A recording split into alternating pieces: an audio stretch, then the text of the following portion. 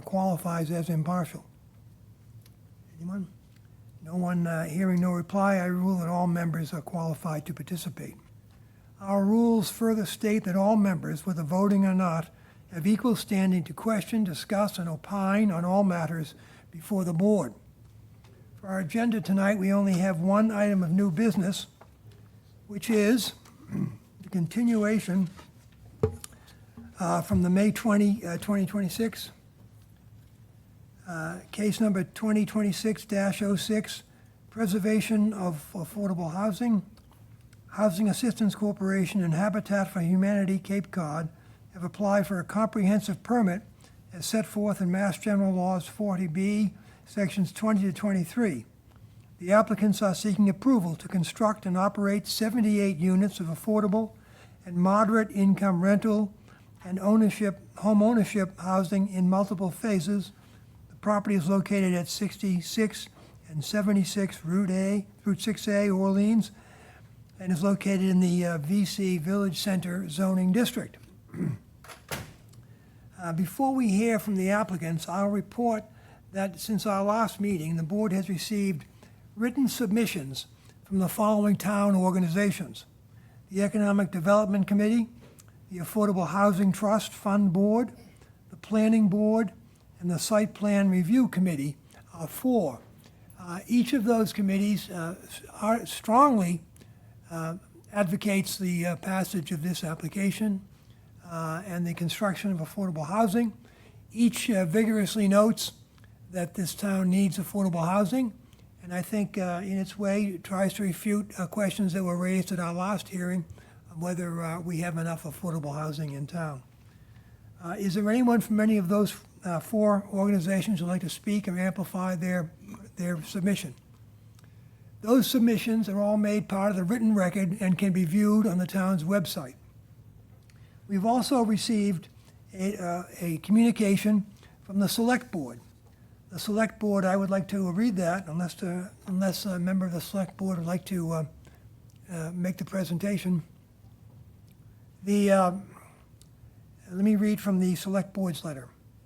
At the June 9th, 2026 meeting, the Select Board voted unanimously to support the comprehensive permit application from Preservation of Affordable Housing, Housing Assistance Corporation, and Habitat for Humanity of Cape Cod for the redevelopment of 66 and 76 Route 6A as presented.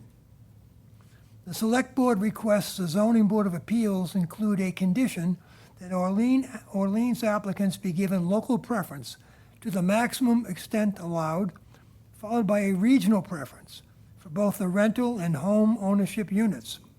The purpose of this project, local preference should be defined as Orleans residents, employees of businesses in the town of Orleans, and households with children at Orleans Elementary School.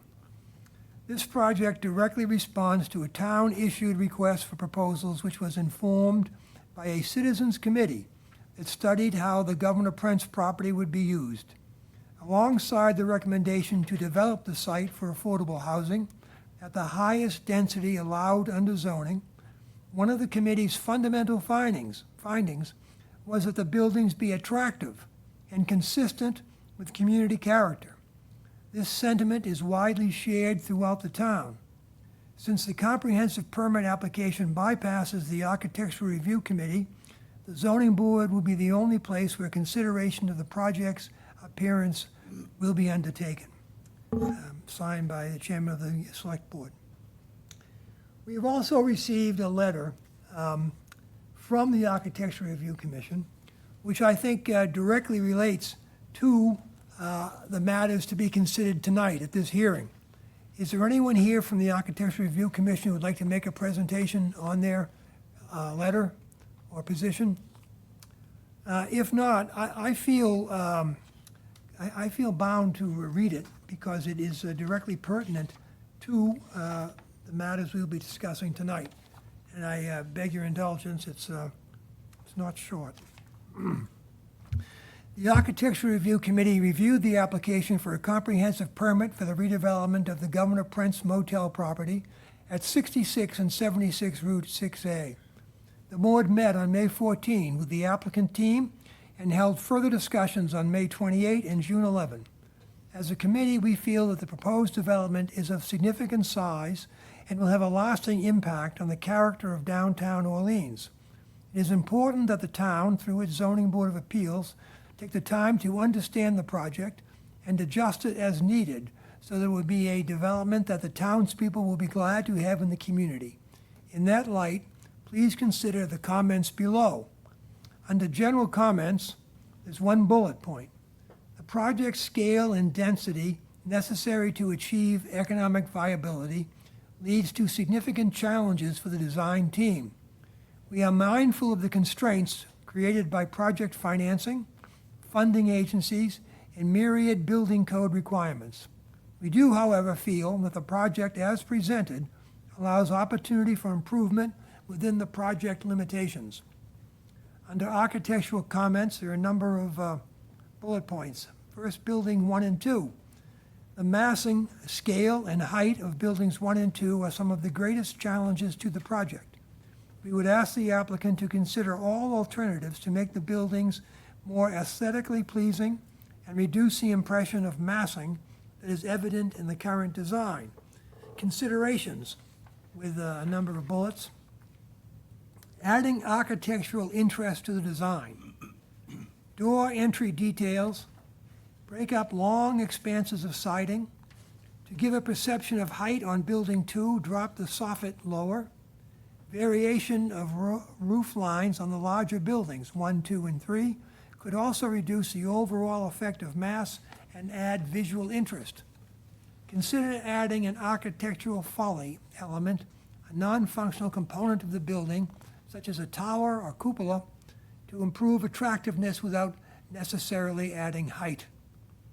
Use, another now in the range of other bullet points, use a method of grouping windows as appropriate with some irregularity in the grouping to make the facade more interesting. Use grouping and rhythm to create a more appealing building. Casement windows are not traditional. Suggest using double-hung windows and/or variations in window type, size, and grouping.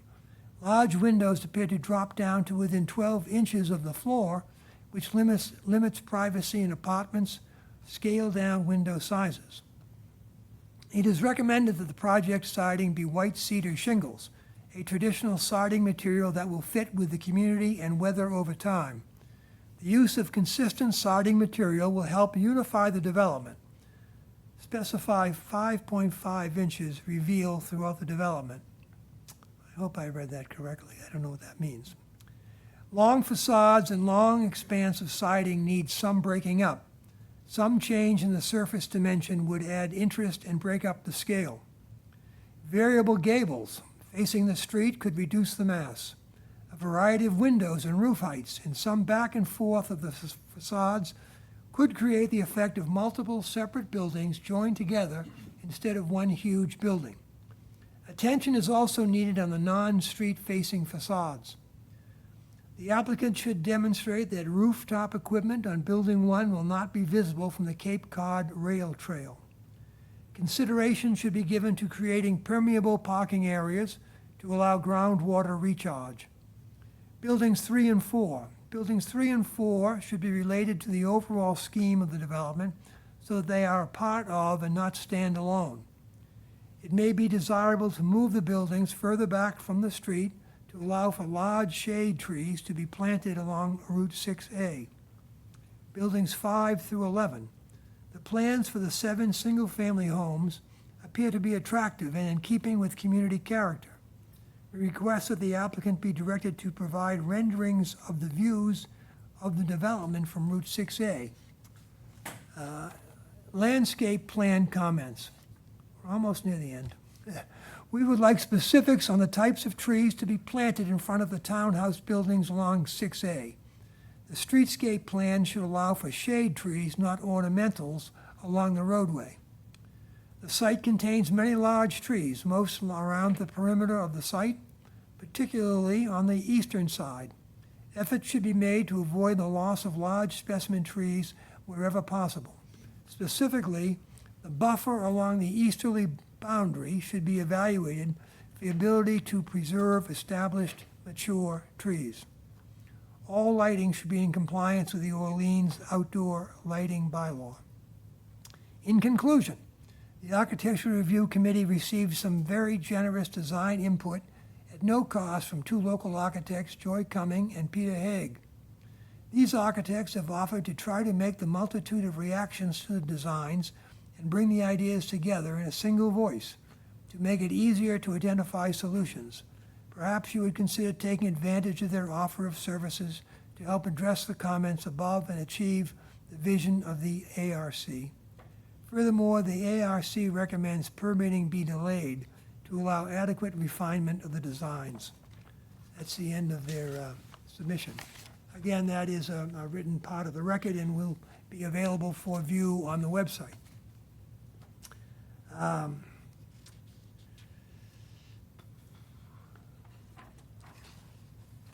Finally, the board, with no further ado, I think that satisfies all the preliminary materials. I'd like to call on Attorney Freeman for the applicant to make its presentation. Thank you, Mr. Chairman, members of the board. For the record, Peter Freeman, Moriarty, Balin, and Gamache, the attorney.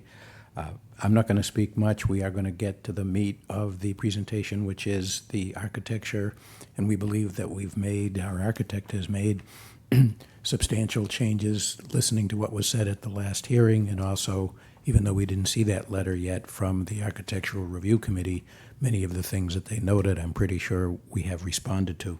Just briefly, I'll tell you who is with me. We have Dave Quinn from Housing Assistance Corp., Noreen Brown from Habitat for Humanity, Charlie Dirac couldn't be here in person from POA, Preservation of Affordable Housing, but he's on Zoom. Our engineer, Taria McGrail, is also on Zoom, and Paul Adam, our architect, is here in person. The only other things I would note prior to turning it over to Paul are that we submitted, after a request for same at the last hearing, a parking memo that articulated the comparable projects that both POA and HAC are familiar with because they own them and run them and manage them. So we submitted that. I don't think it needs to be presented, but if you'd like us to go over it, Dave Quinn could go over that. And then we also had a good meeting a week or two after the last ZBA hearing with your planning staff, and we went over a few things, and one of them is clarification on the subdivision plan. So Taria McGrail and I are working on clarifying that and being more precise in terms of what we're asking for. So we're not going to do that tonight, but we will certainly have that for the next hearing. And the only other thing is, I think we also discussed with staff that traffic presentation from our expert. We can discuss that at the end, but certainly we're cognizant that we want to have a presentation on traffic. So with that, I'll just turn it over to Paul. Thank you.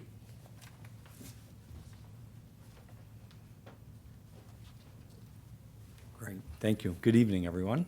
Paul Atteman with Union Studio Architecture and Community Design, for the record.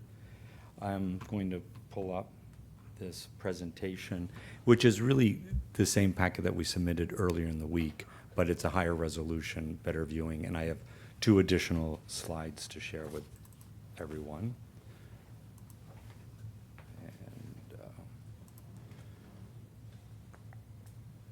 And let's see if we can expand that. There, I think that will work. So when we were before you last, we received good feedback from the board as well as the public, and we returned to our drawing boards to take a closer look at what was discussed. Massing, scale, detailing, along with some material changes, and also a better definition of the building height. We've also developed the 3-dimensional model of the site, showing all of the proposed buildings as it sits on the site, and took some vantage points that were requested, which I'll go over in a few minutes. The goal was from that was that the number of units remains the same, the number of stories remained the same in each of the buildings, but we also confirmed the way the building height was measured, which is an average existing grade around the building up to the top of the roof structure, and it does not include spires, cupolas, chimneys, or the like. We looked at other buildings in the area that are in your packet that really showcase 3 stories and similar size buildings that are housing. We're not advocating for some of those architectural styles or details.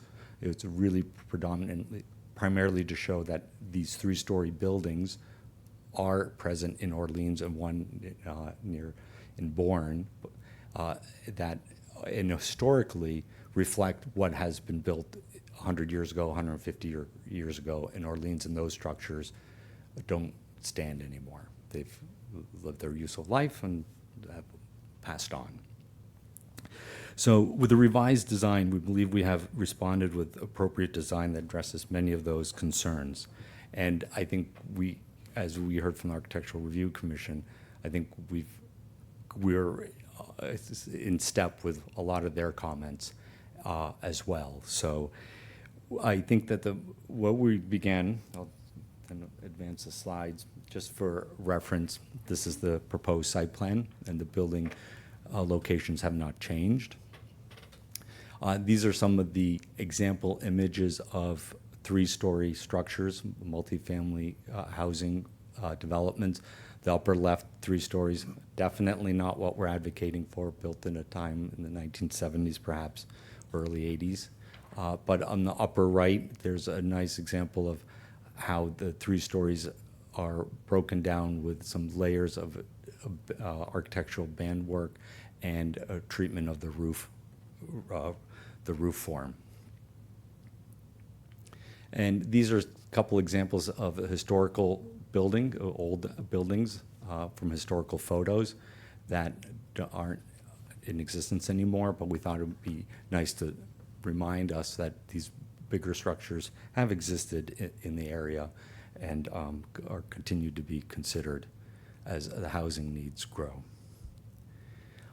For reference, these were the earlier architectural designs that we proposed in the packet and we reviewed together on our first ZBA hearing.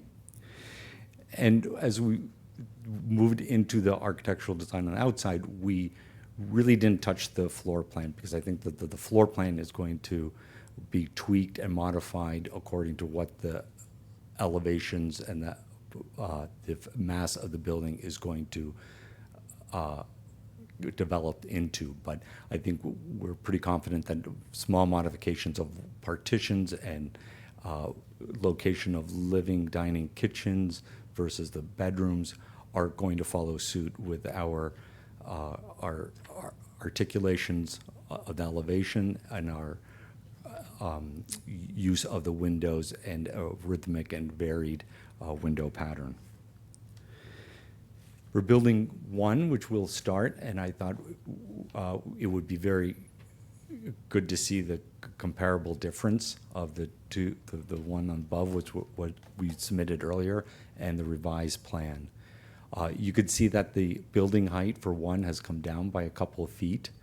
We've, instead of hyphenating the 2 buildings to try to separate them, we actually took the opposite approach and focused on the center of the building to bring sort of the 2 wings together at a point where they are expressed with a cupola, and that was actually mentioned in the ARC comments as an architectural folly.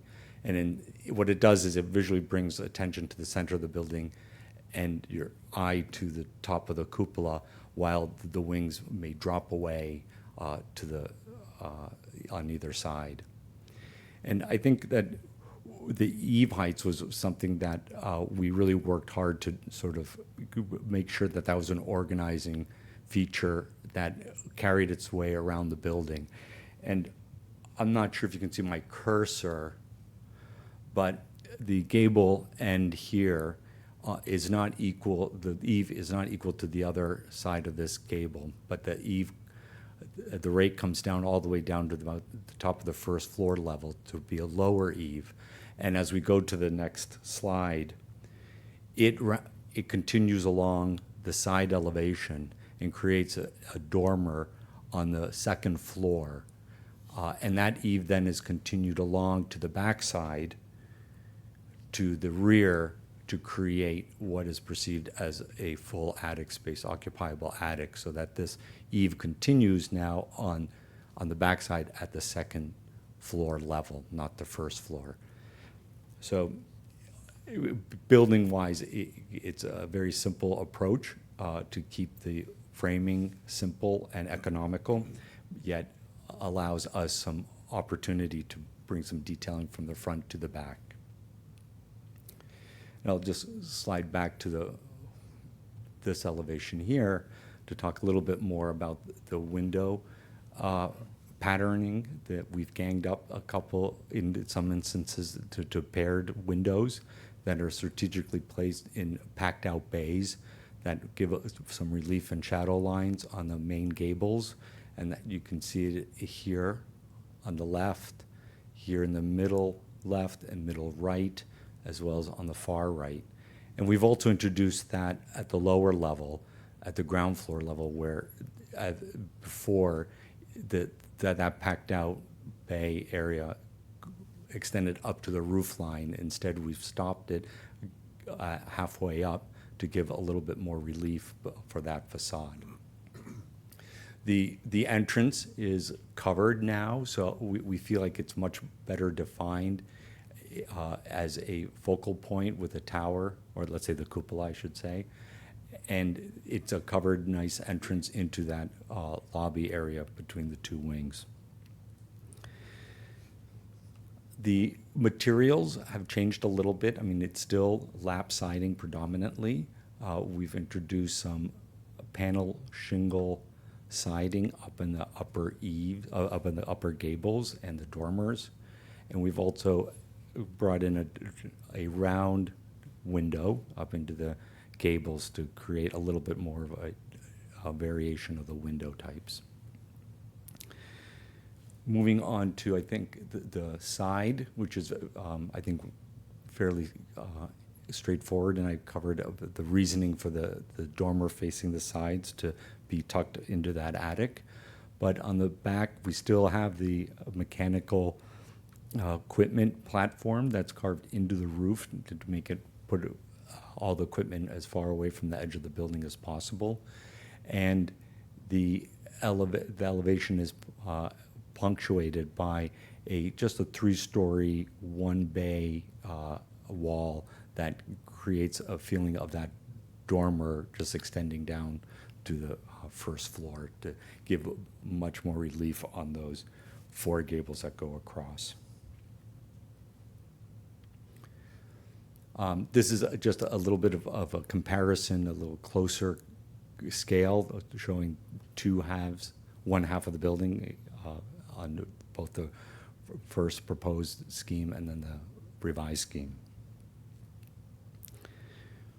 Moving on to building 2, this is also the original floor plan, which we have not modified yet to reflect a little bit of the change in the footprint of the building that would make way for some more relief along this middle bar and plan, and also does not reflect the wraparound porch that we've proposed, and you'll be able to see that in the elevations and the perspectives. An upper floor plan, again, has not changed. Excuse me.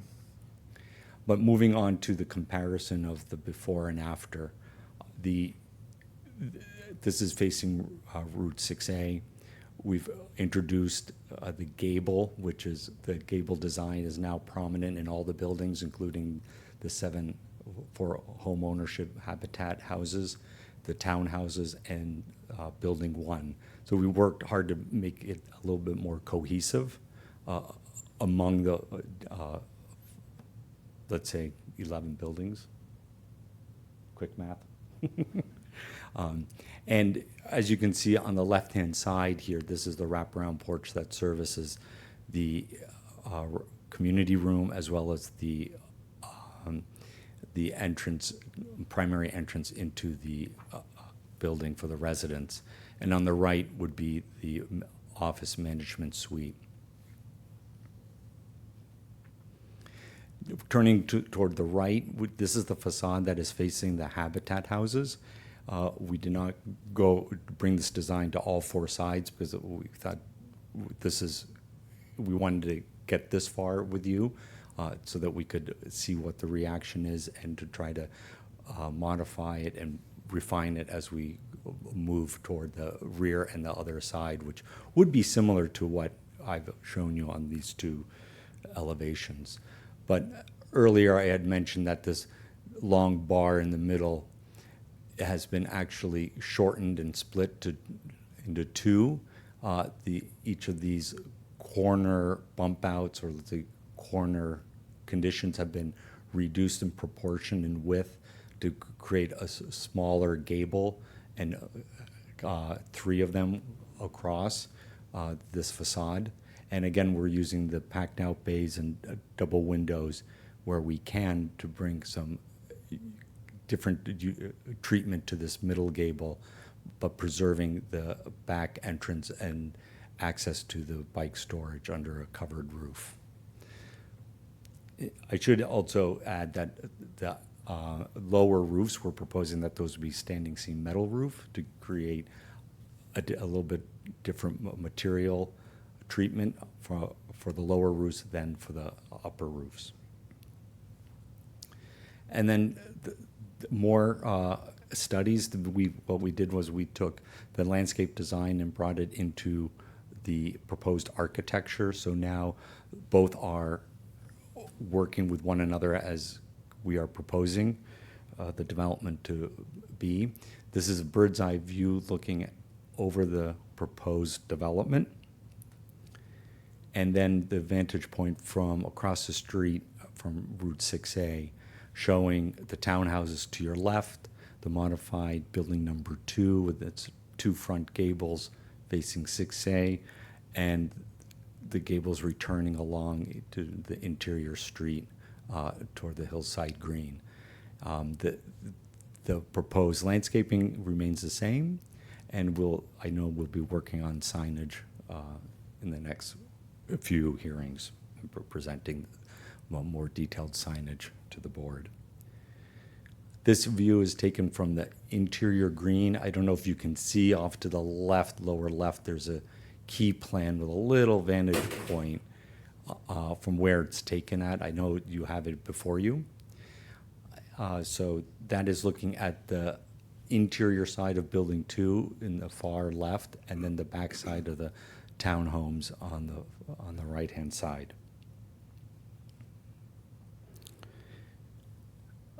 I think someone had asked for a vantage point on the other entry and ingress and egress driveway, looking at the townhomes in the foreground, and then building number 1 toward the back.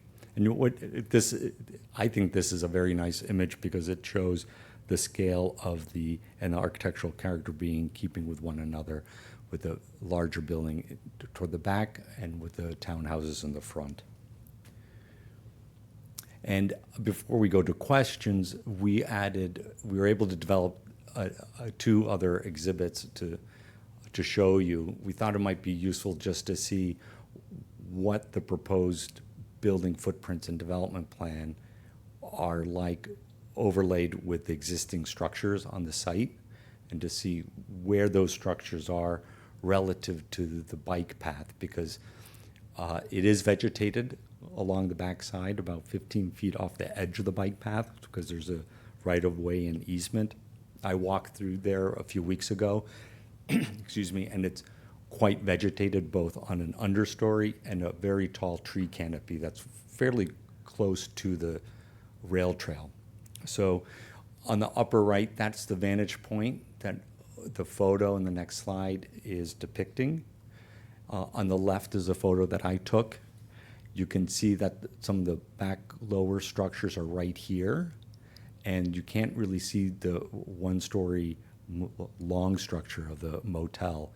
But what we've done is we had a reference point with that building to be able to place the proposed building number 1 alongside the property line, 15, 20 feet back from the property line, which is 15, 20 feet from the edge of the rail trail. And due to that understory canopy that we really can't touch in many places, and the nice tall tree cover with these 40 to 50-foot trees, this is our best depiction of what that might look like along the rail trail. So with that, I would be open to questions from this point in time. Questions from the board? Anyone? David?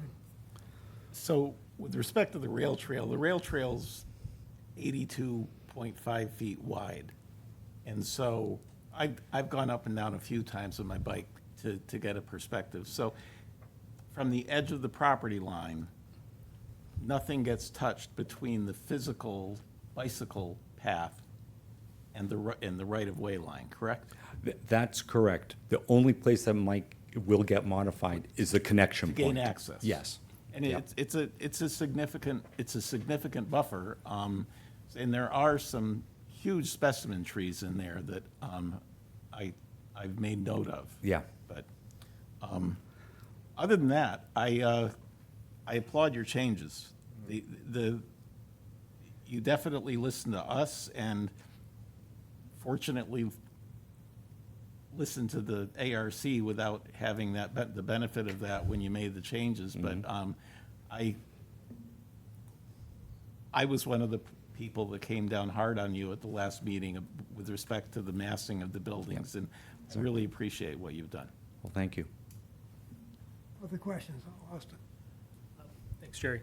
I have a question partly for the board's opinion, and partly for the designer. The plan right now is, I don't remember the exact name, the siding is a, large, not vinyl. What's the material? We're calling it lap siding. Okay. And so it's a little too early to commit to cementitious lap siding, which is a cementitious material, a composite lap siding, which is primarily wood particle board, or I shouldn't say particle board, but wood products.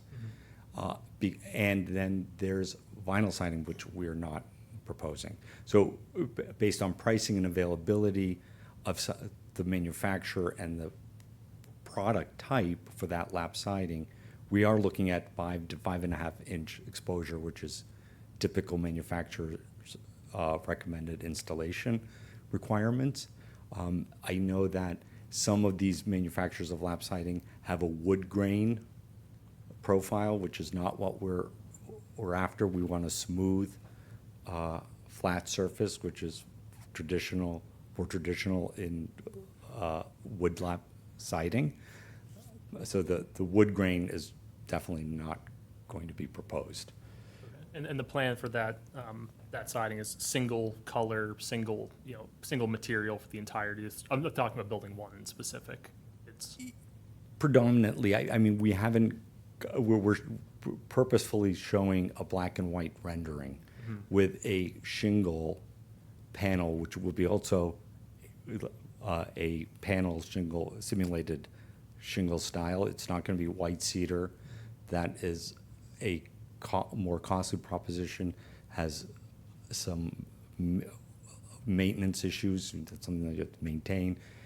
And I think that POA, with their guidelines and their preference for better maintained products is definitely a consideration. thank you. Thanks. Question for the board that I believe was the Architecture Review Board made a comment about wanting to use natural white cedar shingles for the material, and they made note of single material, I guess a uniform material for the entirety of the siding. I'm curious the board's thoughts on the use of single material or the use of having some sort of a multi-material facade like we see on the Orleans Plaza buildings where the Underground Mall used to be. I've noticed that as opposed to having single material siding has introduced different siding at different elevations, different sides of the building. In addition to the facade articulation, you have different materials from one of the jut outs versus the other, which increases the illusion that you're looking at multiple buildings, especially from a large incident angle. I think my preference for a project of this scale would not have it be a monolithic single material siding and to have some visual breakup in multi-material. But I'm curious the thoughts of the other folks on the board, because it seems like the Architectural Review Board was very specific in their recommendation. David? I agree, Austin, but I think I would like to, since we're just developing,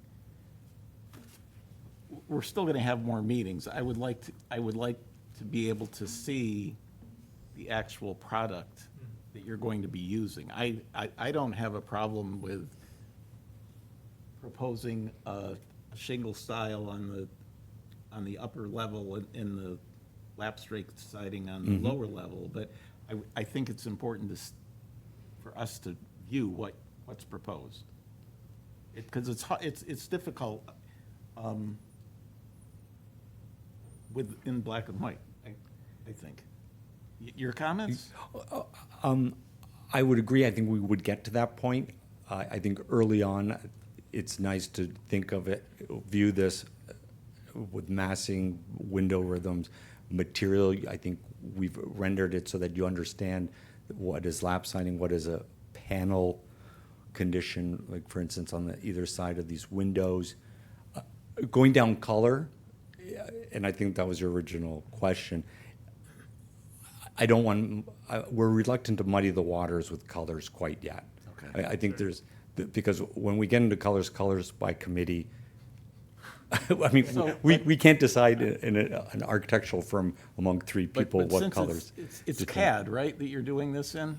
This is hand-drawn. Okay, but, And- so but there's- would we have the opportunity to look at a uniform elevation We could. versus the broken up elevation? Since the ARC brought that up? Oh, do you mean by color? No, Or by, like material going, well, I think we've done that right here. If you, it's clear what is what, unless you want to start asking us to play a game, start moving materials around. no, not moving materials around, but what would it look like if the lap siding extended all the way up and you didn't have the shingles at the top? Well, but then we can be having this design conversation for a long time, till everyone's happy. I think what would be nice to see would just, at some, and certainly not for this meeting, but as we start to refine the massing, sizing, and form of the building, having, some design options that include color. So when we get to that point where we're talking about the specifics of the visual character, we have a few mock-ups to look at, whether that's, like David mentioned, just full lap siding, which I know isn't the proposal today, but just to see what the options are and how it might look from different angles of the building, I think would be helpful in the future. Well, again, once we've agreed on. I'm not going to answer that right now. I think that's a collective decision with the team. Sure. Because I think, well, maybe Peter or David could help me answer that question of how far do we go with,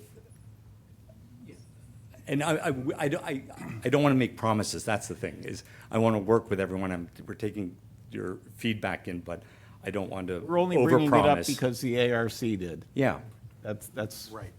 And we do, thank you, Paul. Sure. And I don't disagree with what Paul said. I could change it a little bit in that, we will hobnob, as he said. He has to consult with the team, the clients.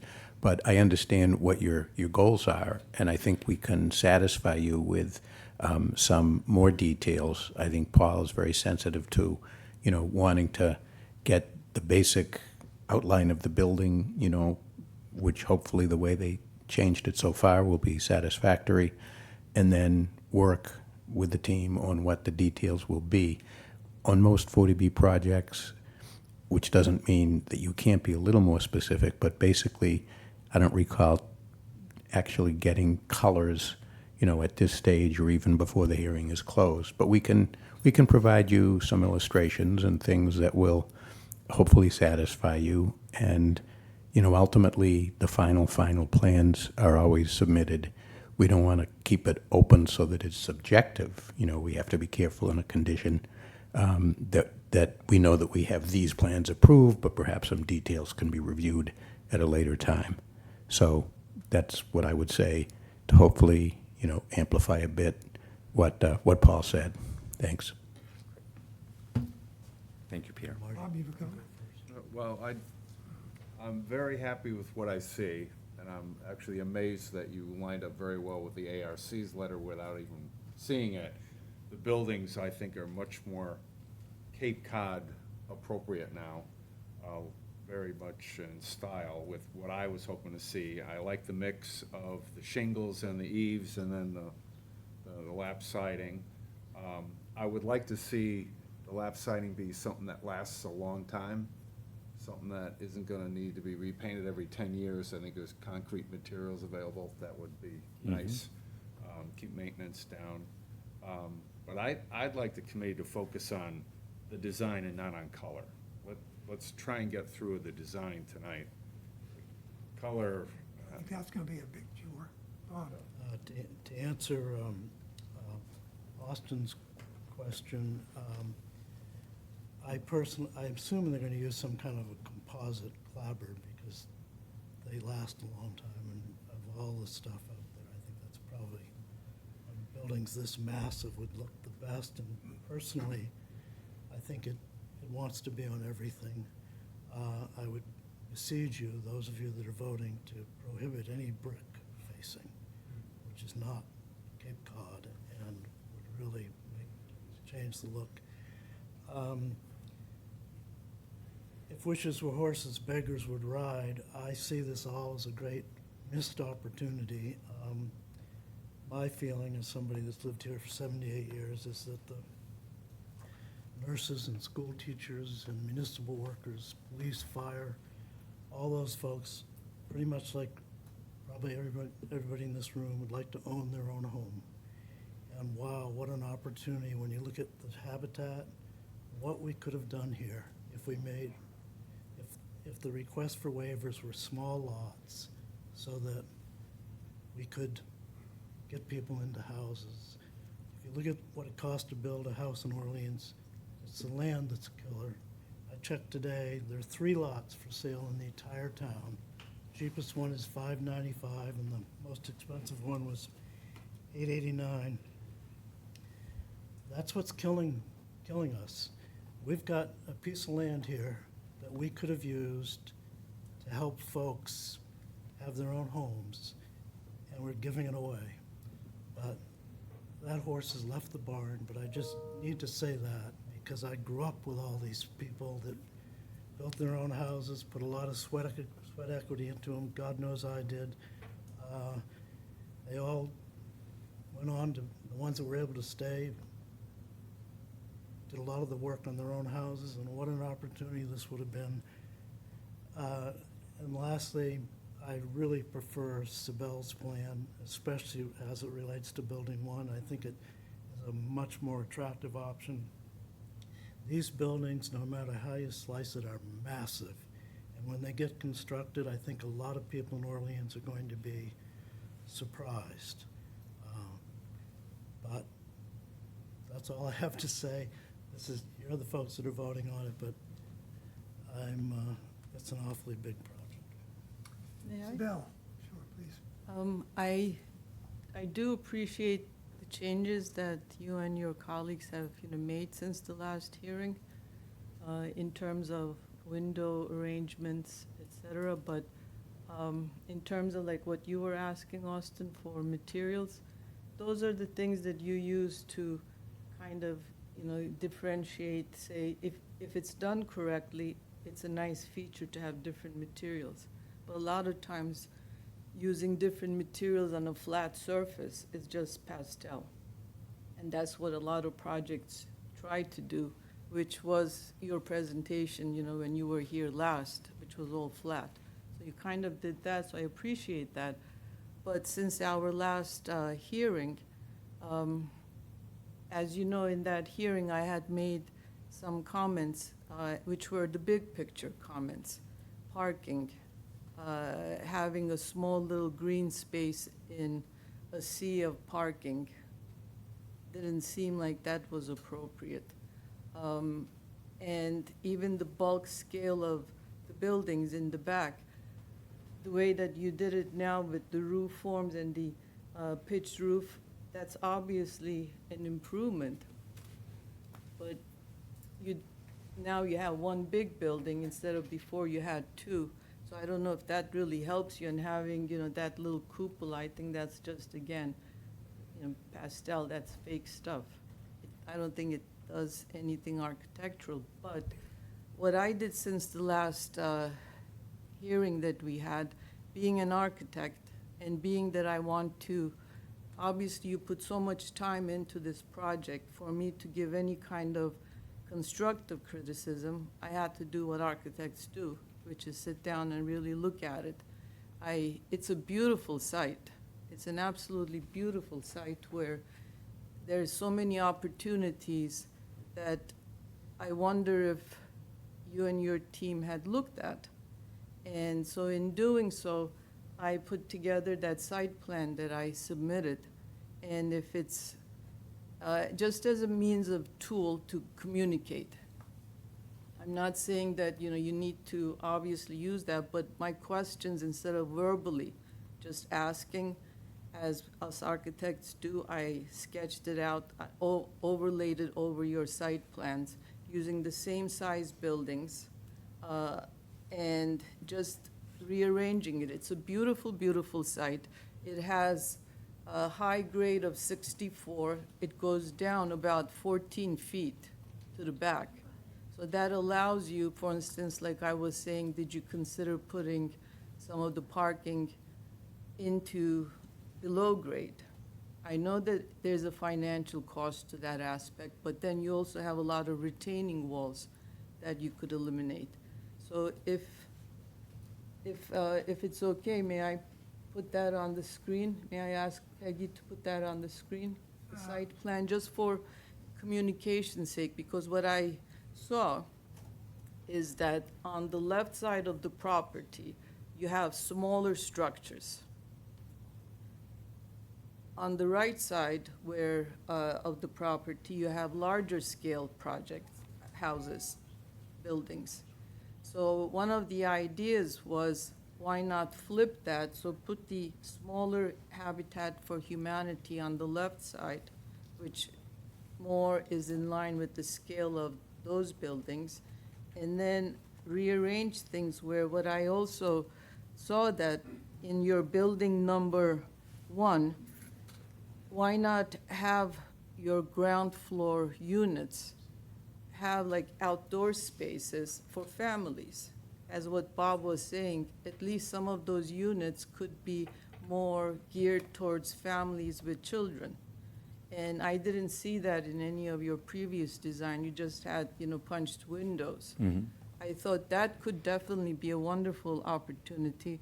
And I thought that if you were to have the buildings rearranged, as I was indicating, it actually allows you a large green space in the middle, so that also buffers the big building in the back. And then on the right side, I thought us, being that we're citizens all in this town and would love to be able to perhaps have access to the bike trail, we don't have access to the bike trail other than all the way near Main Street. So why not on the right side, by flipping things around as I showed on the site plan, it actually allows, since we also are trying to be a pedestrian town, so we want to be a walkable town. That was the concept that we discussed many times previously. So that allows you on the right side where one could have access, everybody could have access to the site, not by car per se, because that brings in more traffic. Obviously, it adds to your parking needs, but just by bikers or walkers, that it would allow people to utilize what you and Ty and Bond did on the top right with the pathway going down to the bike trail. That I thought could be a really nice feature for the townspeople. And then you didn't provide here a bus stop. But the big idea that I thought I was going to ask you, if you and your team looked into, is if you were to have a larger green space in the middle, it really would add so much more aesthetically pleasing to the site. You would have used the site more appropriately. You have a lot of questions, and you're designing the site. I have not seen your site plan that you're speaking of, so I can't comment on it. Yeah. And We I asked think Peggy to respond to that. some of your questions, the RFP clearly asked 2 years ago to look at putting smaller structures up along Route 6A and with bigger structures to the middle and back. It was a very clean and clear request. We have done that, and in actuality, we've done that with townhouses, predominantly 10 front doors, 10 front porches that front 6A. And there's this plan, contrary to what you said, promotes walkability. It has frontages, 10 front doors onto 6A. We have building number 2 with 2 big front porches facing a pedestrian pocket park that invites pedestrians in all around on both entrances, vehicular entrances. There's walkways that invite the public into and through the site directly to the path that meanders down to the bike path. And there's public access points on Main Street to the plan left and by the church on plan right. Those are fairly close by. So to provide a dedicated public access at the midpoint of those 2 points, this is, I think, a nice gesture by the developer to provide one, access for their residents and not turn their back to the public and invite the public in as well. The Habitat homes all face front doors onto a street network that implies a neighborhood. And the parking is what it needs to be for the developer to make it work. The site, as you pointed out, is a very beautiful site, but it's a challenging site. Very challenging. To It put actually works, if I may, it actually works in your favor because of the grade difference. at Yeah, least. and that's what we used Building 1 for. We used it to provide housing, apartments on the backside as walkouts. The question of whether those apartments have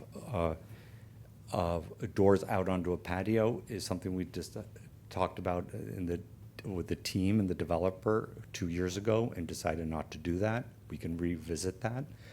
But that building acts as a big retaining wall, as you know. So that it's a 2-story building on the front side where most people see it, from 6A or from the parking area or the common green. And as we presented to you earlier, we feel like that the screening along the bike path is fairly substantial to help reduce that scale on the back side, which is a 3-story facade to that Why don't public you road. put it up? Why don't you- Peggy, I don't let think me we ought to ask- spend too much time on this, so why Can don't we you put ask it up? Peggy to Give put it some up? ideas. You know, it occurs to me while we're waiting, if wishes were horses, beggars would ride. I'm not an architect, and I'm probably a Philistine, but I was a banker, and we have seem to have a blank slate in front of us.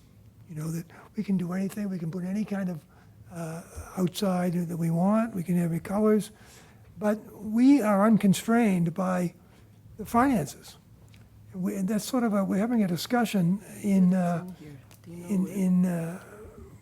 as if the finances were completely free, you know, or immutable.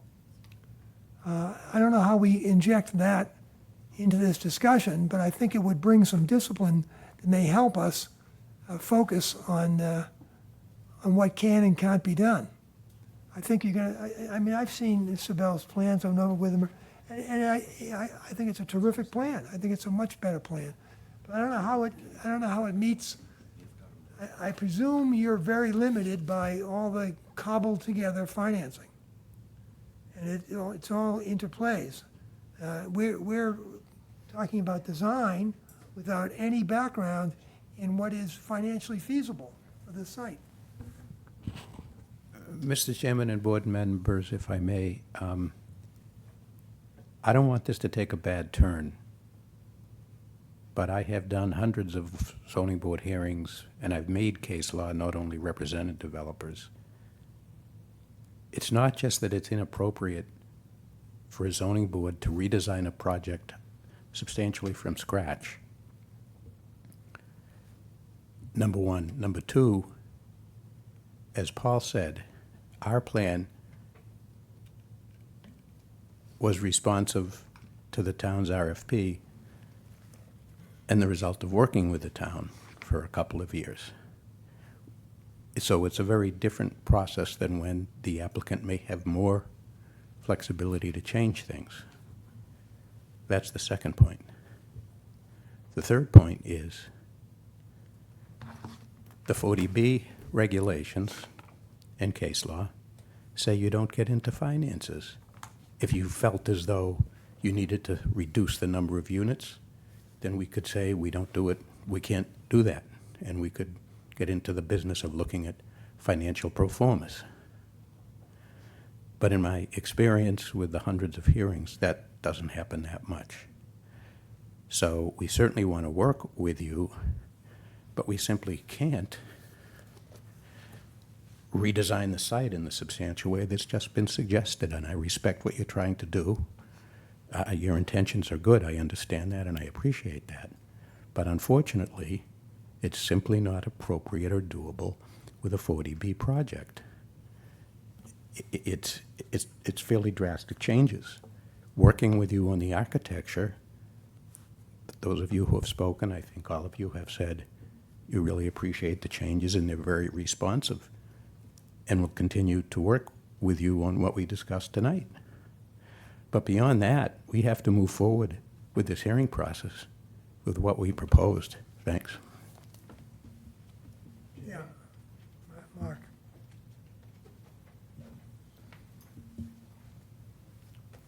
Mark Matheson, Select Board from Orleans.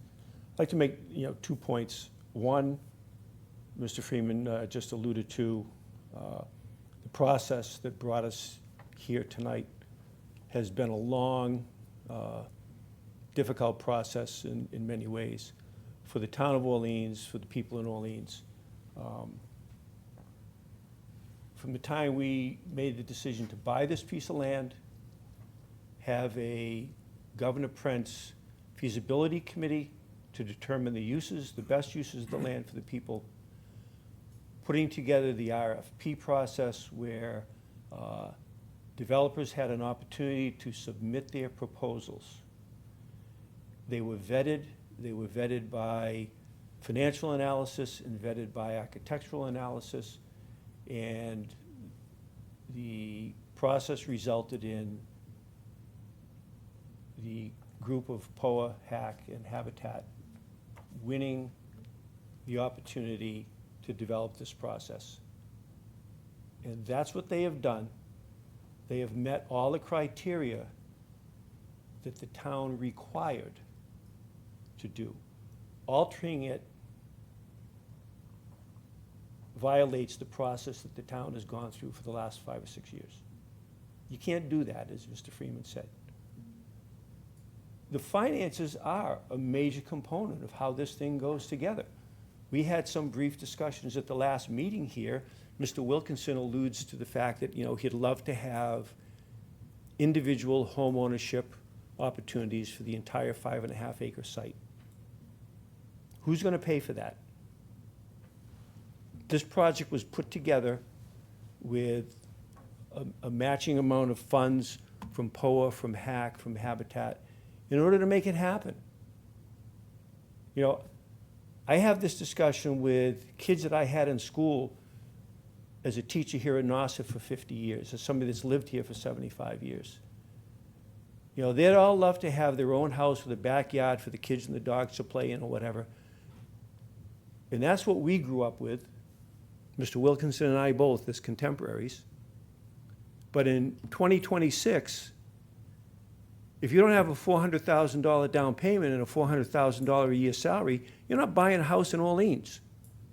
So a kid graduating from high school or college that thinks he's going to buy a house and have a backyard, good luck. This is meant to be an opportunity for the people that grew up here to live here, the people that work here to live here, the people that want to raise families to live here. There's 17 homeownership opportunities here that are being subsidized by having 66 rental opportunities here. This is what the town developed in its RFP. This is what's been presented. And so, yeah, we can have discussions about architectural fine points on the buildings. But this is not the time or place. That ship sailed a long time ago to do a full redesign of the site, to change the specs of what can get built there with absolutely no consideration for the costs and the financing. That's not going to happen. Yeah, Mr. Bill? May I? So what I was looking into was not changing any of your, I totally understand and I appreciate the process, and it is a very complicated process, and you have a lot of criteria to meet. That I totally understand. So what I was looking at is using the same buildings that is being proposed, just located differently on the site, just shifting it around a little bit. And it wasn't saying that this project is going to get obviously approved because we all want this for the town. So that's not a question. The question is, did you by any chance look at such options? And it's not constructed yet. It doesn't necessarily have to change the finances at all. And the parking number that you came up with, 1.4, I wonder if that could be less at all. So these are just asking questions as options. We're not changing what was specified or what was requested of the architect. Just asking if these were considered at all. So I could answer that question. Mhm, 2 years please. ago, up to this point, yeah, we designed a variety of options, site plan approaches. Our firm was involved with Cape Cod Resiliency, with the Cape Cod Commission, looked at this specific site 5, 6 years ago. Then we doing a case study of what the options are for this site to bring housing to Orleans. Then we did another study with the town of Orleans for more studies. And then we did our own studies. So yeah, there's a lot of studies that have been made and options, and we fell upon this design that satisfied 3 development partners and the goals of the town. So yes, we looked at a lot of site design approaches. Mr. Chairman, Yeah, please. just for the record, I'm looking at Chapter 40B, the handbook. This is to speak to I've forgotten your name, Mr. Freeman. Thank you. Freeman, we have Freemans in our family. The Chapter 40B handbook, which we all have, if you look at page 23, it says negotiations.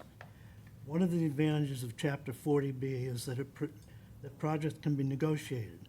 ZBAs frequently try to negotiate reductions in density or the scale of proposed buildings, architectural design changes, housing types, and unit sizes, open space and outdoor recreation amenities, landscaping and off-site mitigation, such as connecting nearby sidewalks to improve pedestrian safety. I would suggest that that's pretty much what Sybil is suggesting. Excuse me, sir, for one moment. And then secondly, since Mark mentioned my name, Mark, I am not going to concede that kids that grew up here have to live in apartment buildings. If we can find $55 million to build a fire department, $13 million to build a police department, $17 million to build the DPW building, then for God's sakes, we ought to be able to find a few $1 million to build houses here and make them available to the folks that need it. I just don't buy that argument. And what we're doing is we're trading off 17 units of housing that all the kids that we grew up with back when we were young would like to have for another 61 units of rental housing. I've asked the question, I got hammered in the Chronicle for even suggesting it, so I'll go back to Mr. Quinn. At some point, in view of all the projects that are in the pipeline, can you just tell me, will we ever be able to meet the rental demand. You told me you would get me the answer to that last meeting, so did you get it?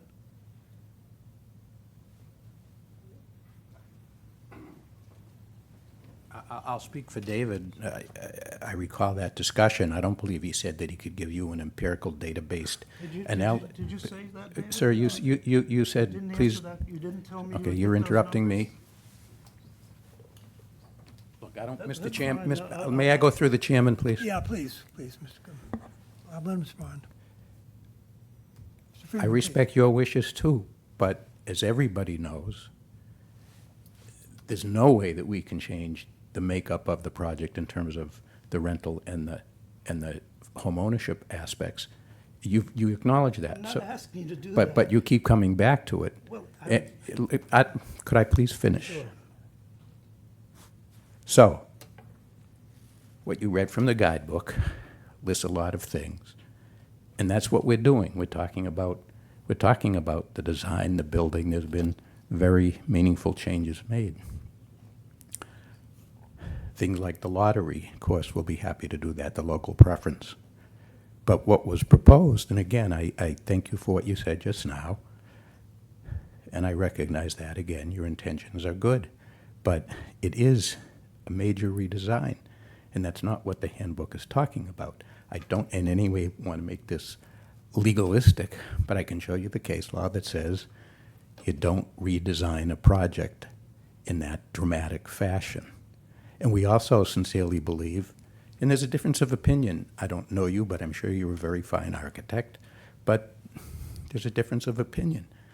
Paul is very confident of his proposal. We as a team think it works and meshes and is very attractive, as does the town, obviously. And that's the other thing, by the way, about the handbook. That doesn't acknowledge, because not all projects, it's a minority of projects, are the result of RFPs, although fortunately there's a lot of them now. But it ignores that handbook, doesn't take into account when you have the long history of the project that went to an RFP and was approved and awarded on that basis. So that's another very important consideration. So I would like to move forward positively. The discussion on the building designs and all of that was great. So if there are further comments or suggestions in that vein, I think we can continue a discussion. But, you know, I'm being candid. You know, I don't want to just say, okay, you know, thank you, we'll look. And by the way, I don't know what the glitch in communications was, just so you know, folks, because Elizabeth is great, the staff is great. I think maybe we were sent a link yesterday, but we didn't know that there was new material there that we hadn't submitted.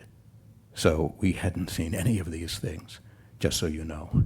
So I'll rest with that. Happy to continue the discussion along the lines of what I said. Thanks. Thank you, Mr. Freeman. I'd like to just reiterate 2 points. One that Elizabeth went into great lengths at our previous meeting, and one that Mark has struck on tonight. We're in the awkward position of these are the applicants, and sitting with them is the town. I mean, the town is a partner with this request, and it's been as Mark indicated, several years of working with various bodies and review committees, working with the selectmen, with the select board rather, to get to this point. I hate to describe it this way, but I think our input is at the margin. That's the message here, I think. And we all should know that we're criticizing work that people in this town have already done for the last 5 years. It's kind of a strange, and we're not the Architecture Review Committee, you know, it's a strange position we're in. Jerry, it's a catch-22. I totally agree with you, but if you read the Board of Selectmen's letter, which you read Yep. into the record, and the architectural, they're putting it all on us to make these attractive buildings. I don't know how you can say it any other way. It's a terrible position to be in, but David. that's the position we're in. So, given the fact that the select board put it all on us, excuse me, sir, I'm gonna talk to the architect in a second. Would you mind sitting down? We haven't opened it to public speak yet. If we could get back to where we were a little earlier, one of the things, so the windows on these buildings have trim, correct? Or what? They have window trim? Yes. Okay, so one of the things I would be interested in, when we have the next meeting is, I get it that you don't want to talk about colors now, but I would really like to see what sort of trim and what sort of color window you're proposing. I suspect you probably have an idea, and I don't want to put you on the spot now, but I would in the future. I just, because we're taking over for the Architectural Review Committee, I think it's incumbent on us to look at some of those things, and that's what I'd like to focus on, that and the building materials and things like that for the next meeting. Okay. Is that a reasonable request? Yeah, it is. Thank To you. answer your question, I'm sorry, we typically specify 5-quarter trim, so 5-quarter by 4 No, it's the for color, casing. it's the color combination. I've just seen horrible combinations of colors of windows and colors of trim, and I would like to have the opportunity to Okay, to look sure. at that in the future. Yeah, I think we have different plans for our next meeting, so maybe Peter or someone else can talk about that, because there's traffic and landscape civil that I think we're waiting to Thank you, Paul. address. Yeah. Yeah, to that point, I think at the end, as kind of final points as to what we will do at the next hearing, we can discuss that. The traffic isn't a lengthy presentation. So if Paul has time to pull things together with the team to give those details, we could possibly do it at the next hearing. And again, I understand and agree wholeheartedly that we can do that for you, so we will. Hi, this is Paul again. I wanted to address one point of the ARC's comments of double-hung windows preferred versus casement. And the buildings 1 and 2, are being designed for Passive House certification. And casement windows are the path to a better thermal envelope for air sealing. And we are specifying casement windows with a single Monton profile. So I think, I just want to put that out there, that yes, double hungs are preferred in the architectural style, but they also come with a caveat that in order to meet the escape and egress requirements from bedrooms, a double hung window doesn't give you the required size until a very large window size is specified. So that then leaves fairly large double hung windows as the default for those, for building code and escape requirements. The casement, although it's not traditional, does allow more flexibility to vary and bring this window size down, because when the casement window opens, that whole opening meets the requirements for a clear opening for escape. So I just wanted to share that with everyone, that there's pros and cons to both, I would. Thank you. Yeah. We've been at this for an hour and 15 minutes, and I'd like to turn it open now to public comment. We can come back to any unspoken issues we have, but let's get before everybody leaves, let's get the public input.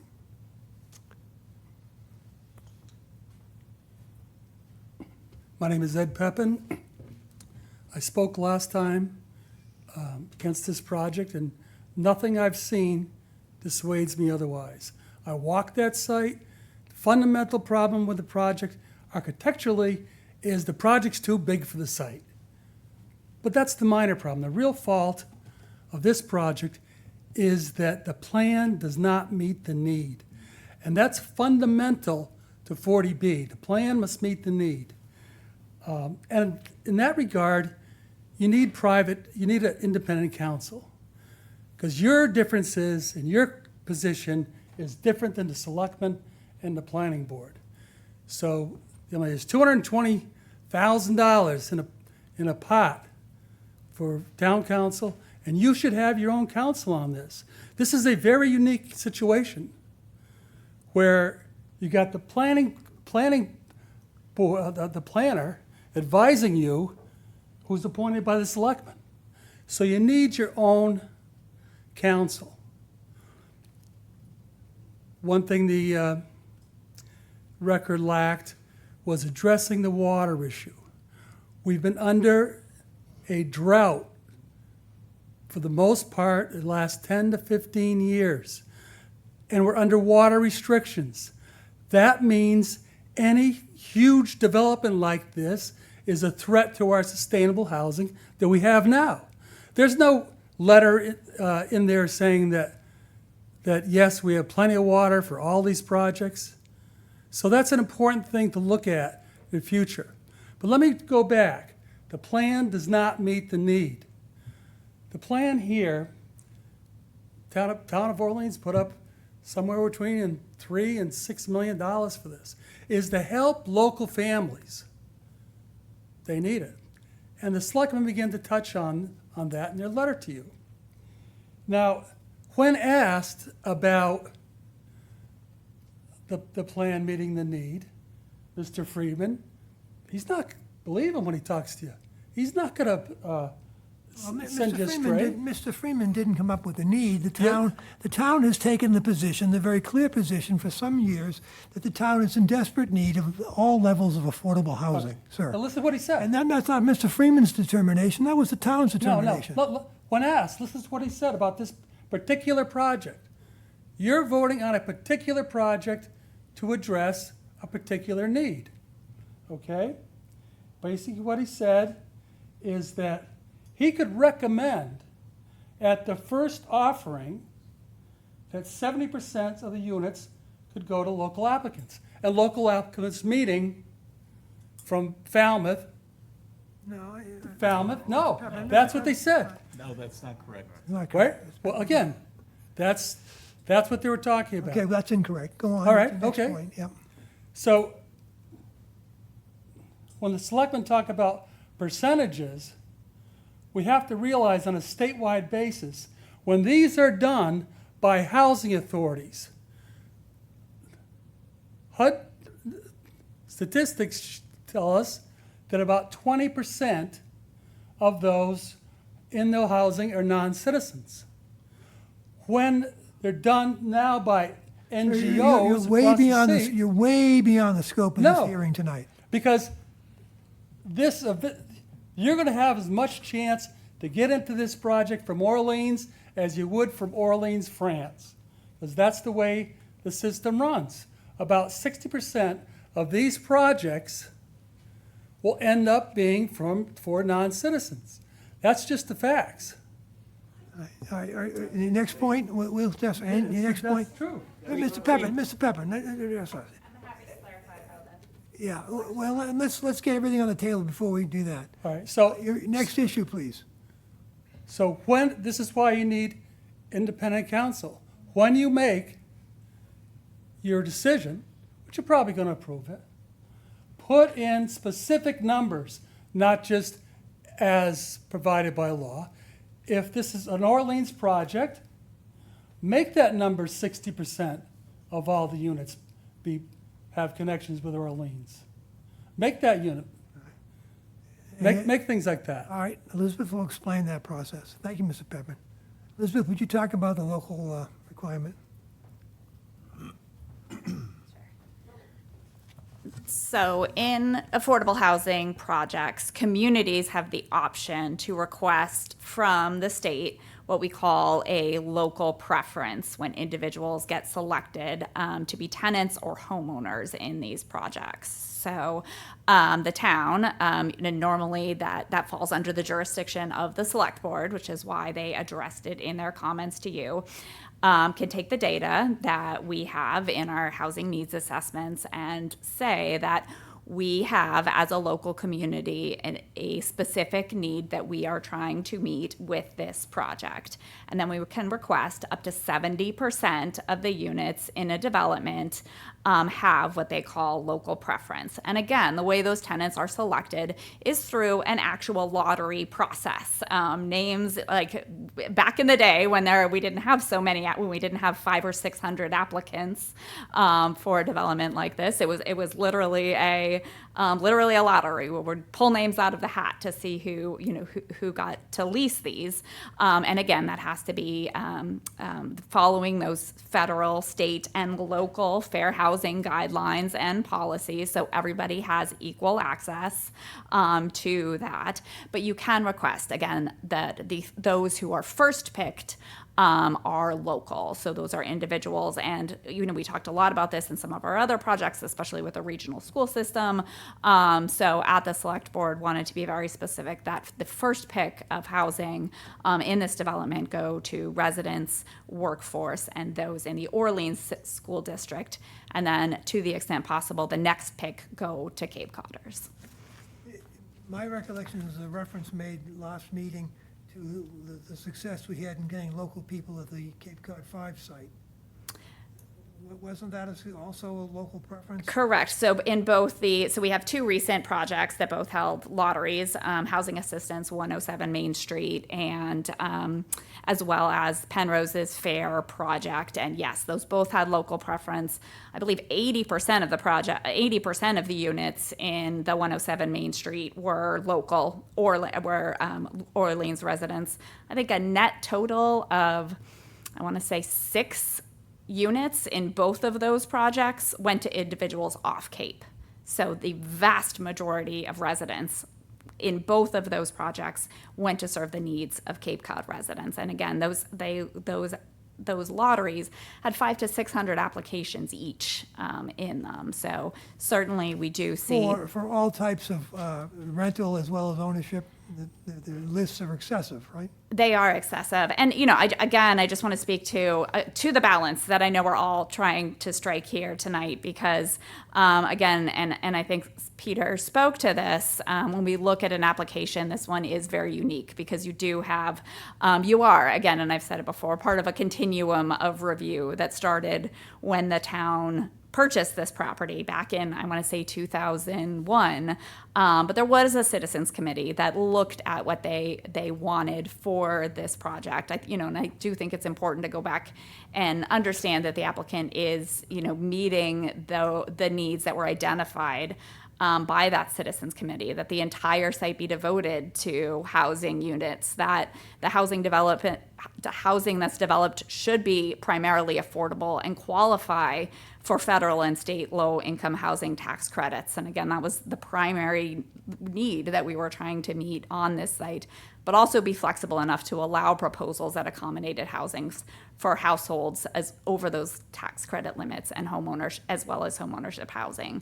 So I think, again, that this team responded in a very unique and creative way to the requests that the town put on the table.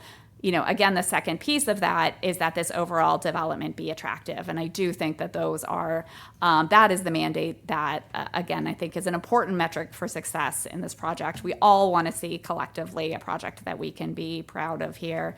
And again, I think the board has done a great job so far in trying to get us there. Thank you. Thank you. Anyone else wish to speak? Sir, please come forward.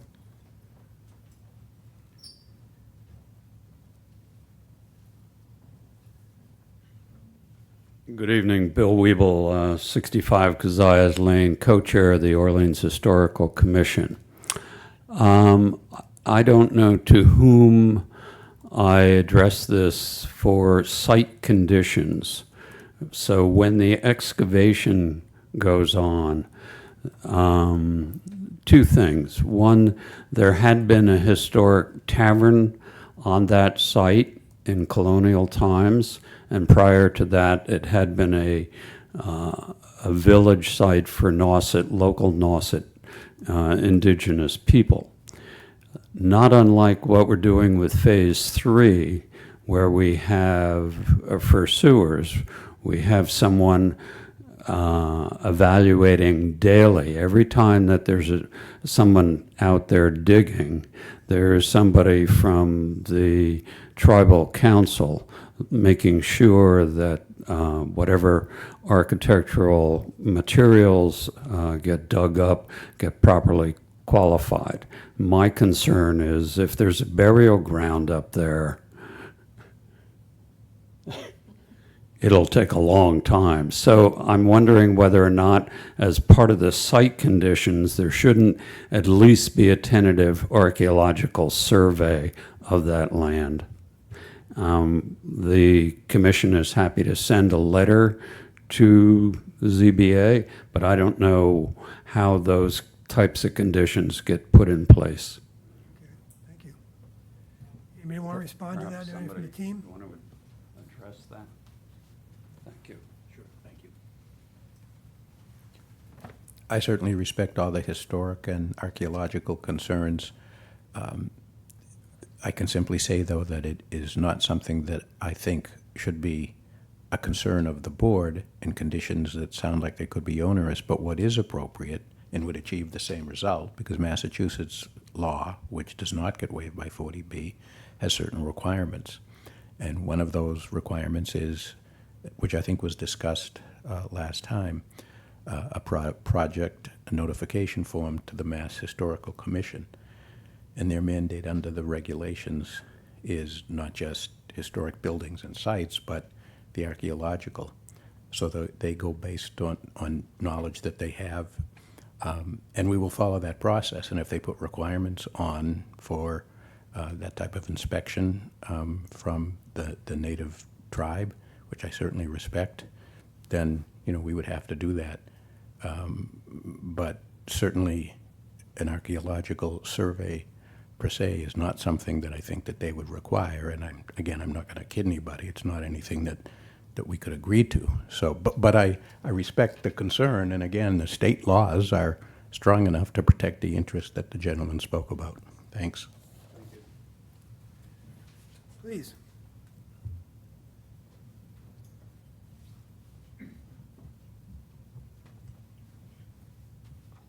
Hi, my name is Cheryl Kadea, Orleans resident for 27 years.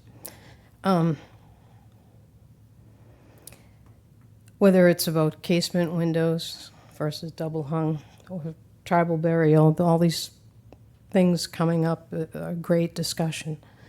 What I'd like to bring back on the table was how fortunate I feel that we happen to have an architect on the board here. And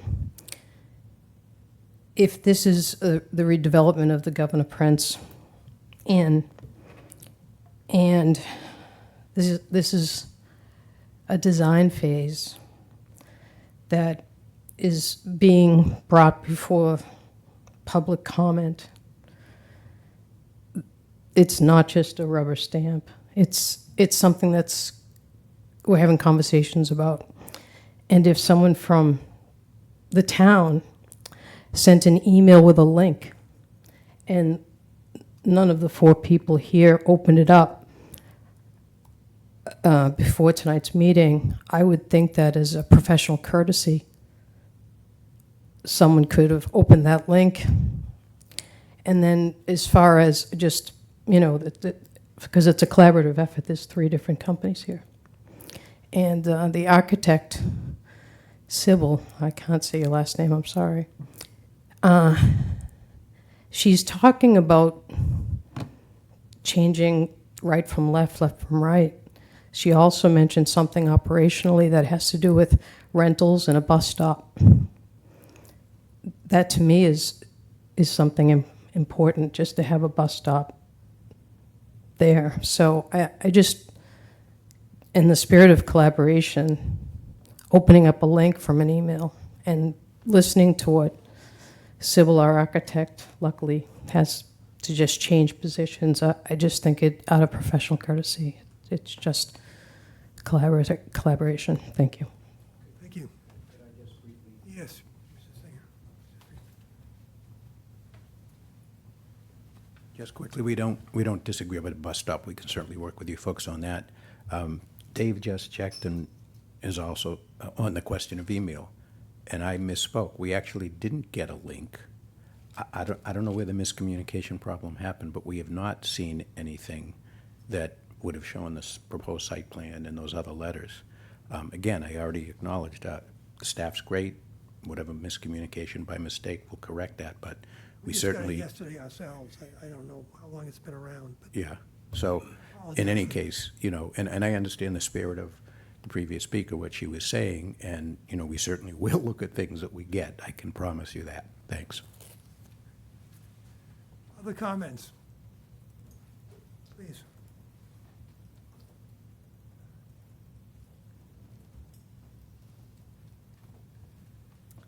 Stephanie Gaskill, 28 Pochard Road.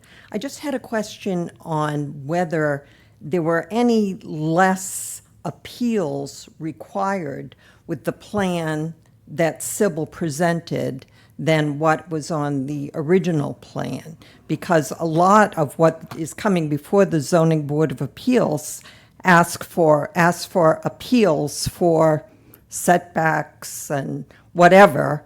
And if a plan is less severe in what it needs for appeals, I would definitely think it should be something that the Zoning Board of Appeals would want to look at. Thank you. Thank you. Any other comments? Peggy, is there anyone out in the virtual world looking to, with a hand raised, looking to comment? I believe we do, if they could just raise their hands.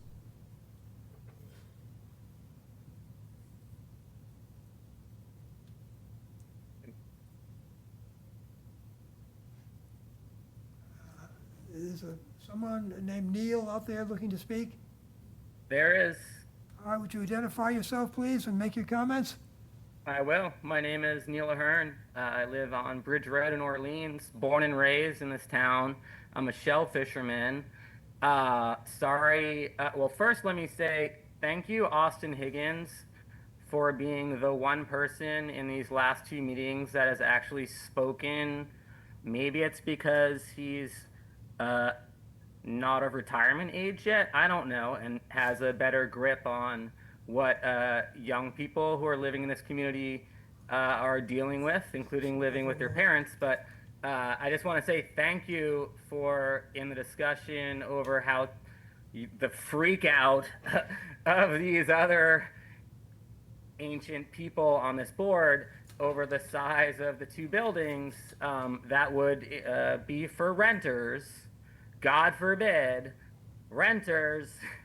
I just want you to know, as like someone that grew up here, who is a shell fisherman, I am a person that would qualify living in a unit like that, right? And I do live here, and I do live with my dad. And I just think, one, none of you guys are elected.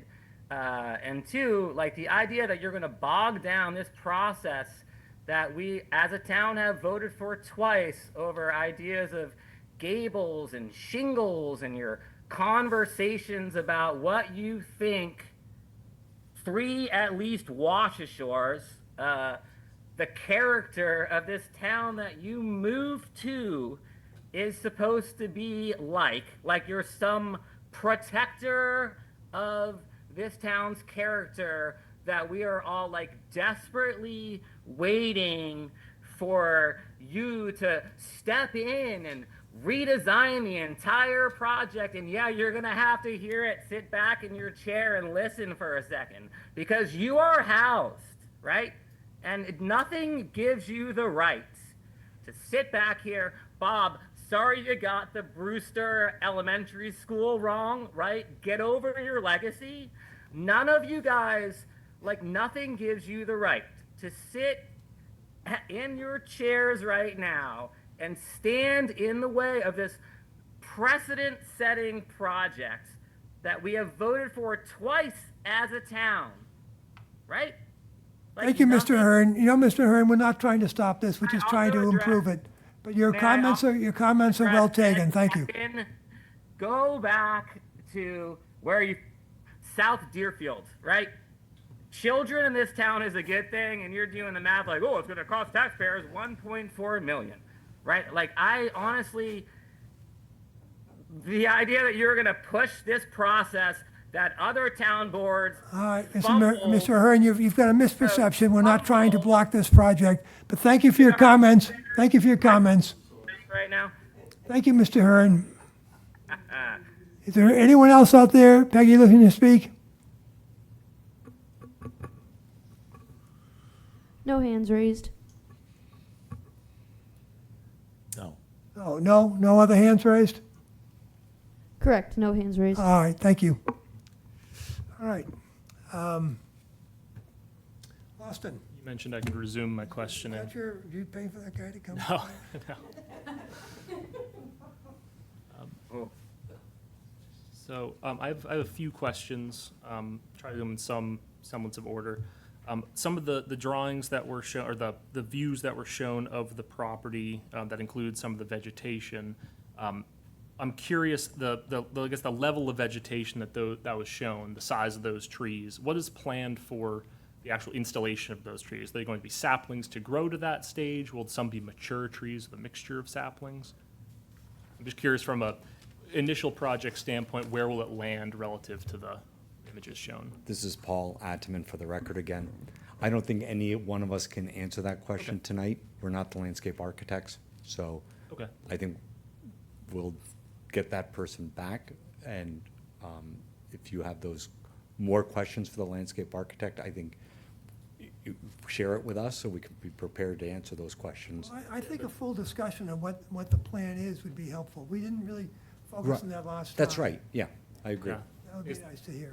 The only other question I have related to landscape is, I think you mentioned, most of the landscape, or most of the vegetation buffer between the rail trail and the property is within the rail trail's jurisdiction, within their easement. Yeah. Do you know what level, or could you find out what level of vegetation removal is planned on the property itself? Like, will it be cleared up to the line? Will there be an additional buffer left of original vegetation? I think Taria McGrail, she's the civil engineer, she might be able to also answer that question, but I have a feeling it's going to be up to the property line because of access for construction material and equipment. We are going to probably go up to that property line, but then we'll be probably planting back a little bit. So Taria might be able to answer that a little bit more specifically. Taria? Yes, good afternoon or evening, everybody. I did mark up a plan a little bit to further describe the various distances between building 1 and the bike path, if you wouldn't mind if I shared. Please do. Okay, let's see.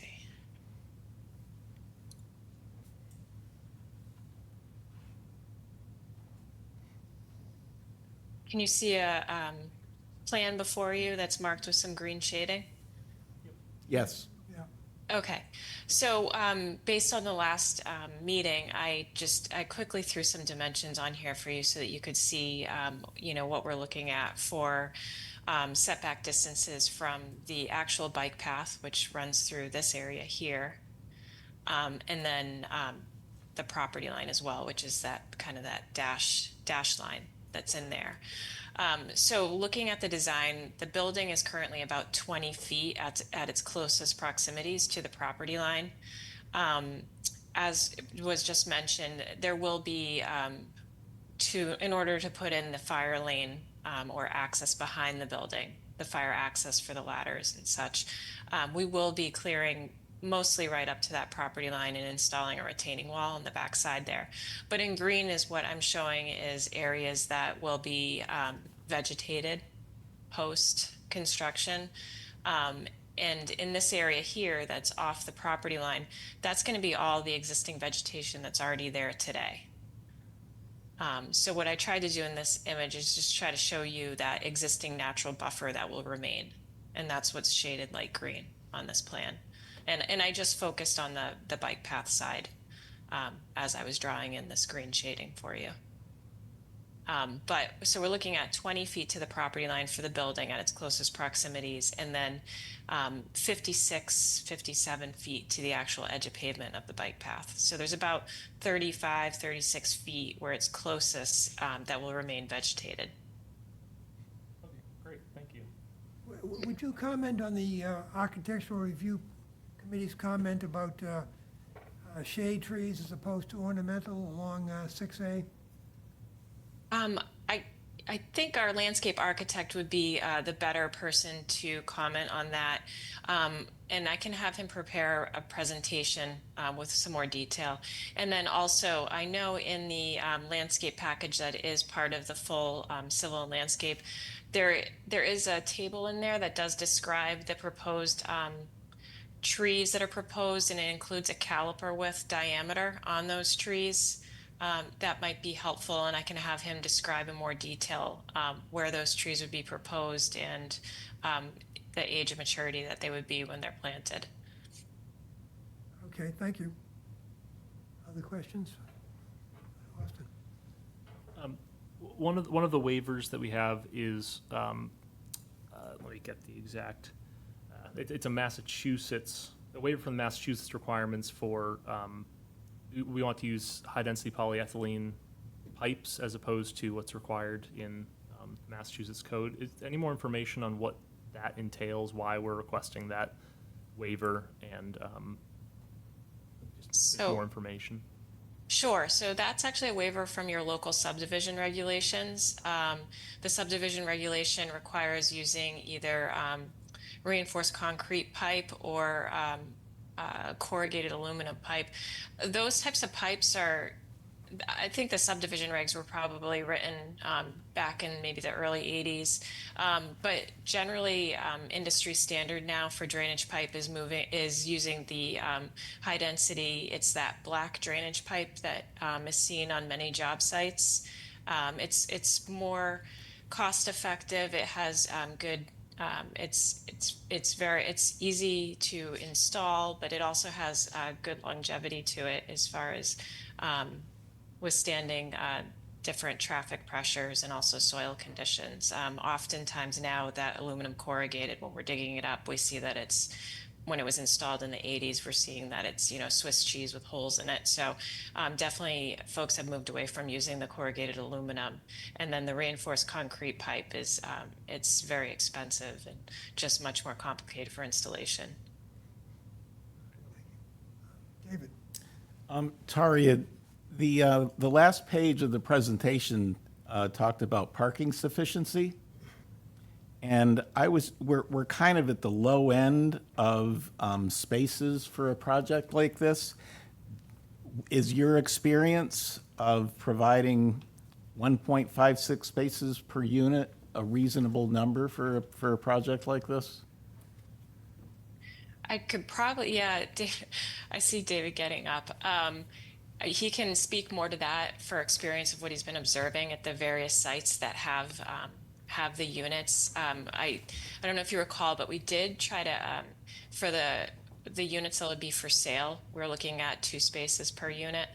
And then it would be the rental units that would be at that 1.5 ratio. That's specifically just the rental units that fall into the 1.5? Sure. So Dave Quinn, for the record. Yeah, so the information I submitted, the overall ratio for the project is 1.56. So that includes both ownership and rental phases. And the chart I put together was a number of housing assistance projects as well as POA projects that show what the completed ratios are. And so it just shows that ratio is well within that range. What I will say is, and perhaps we could put this together for you, is we have seen when we actually go out and do counts of these projects that the actual number of cars is significantly less than even these ratios. So for example, we have 107 Main Street in Orleans that has a parking ratio of over 2 per unit. It's fully leased up. We know there's 15 total cars that are resident cars on the site. And we've seen similar numbers to that at a lot of these other projects. So we're finding that ratios of around 1.5 or even lower have been more than sufficient for the demand we're seeing from residents. But would be happy to, in addition to this. Yeah. So the ratio for the apartments is actually lower than 1.5, Correct. right? Correct. Yep. Yeah. That's right. So it's something, I think it's more in like 1.4 range. Okay. Yeah. So it's not a big deal. Exactly. Thank you. You're welcome. May I? Please. Since we were talking about waivers, can we also ask the applicant to go through which items are not meeting the zoning bylaws and what are they requesting under this application from us? Sure, don't they do that? Haven't they done that? Where did you find that? I kind of agree with Sibylla on that. I think a more detailed explanation of the waiver requests would be helpful for us. Excuse me, we absolutely agree, you know, what I said at the outset at the first hearing, and tonight, I don't think it's the right time, partially because it's late, but also we want to be more thorough. But I agree, whether it's the next hearing or the hearing after that, whichever the chair and the board decides, we could, you know, certainly do that next hearing. We'll have, I don't know the date yet, but we'll have presumably time to prepare what you're asking for. So happy to do that. I would be happy if we could do that in the next hearing. Yep, okay. Yeah, I think we ought to try to get as much done in the next hearing as we can. Austin? I have a question, and I'd like to just clarify, I'm not meaning to intend this on like a, you know, a financial perspective, but I am curious from like a long-term maintenance perspective, what thoughts have gone into insurance policies for both the rental units, the master policy for any HOA covered units, and then the individual units, how those will be handled, the saleable 7 units. I know there have been a lot of, just anecdotally, my own experience with the HOA I'm a part of, there's been trouble with keeping master policy premiums low. They've increased year over year by a fairly large amount, and certain insurance providers are moving off Cape, which I think could pose long-term risks to the project in, you know, maintenance, upkeep, and just making sure that it stays a insurable lot. I'm curious if 40B projects have some, you know, additional leverage when it comes to insurability as relates to the master policy, larger building, or if there's been any thought into that. Yeah, I'm trying to come from this as a long-term maintenance and upkeep perspective.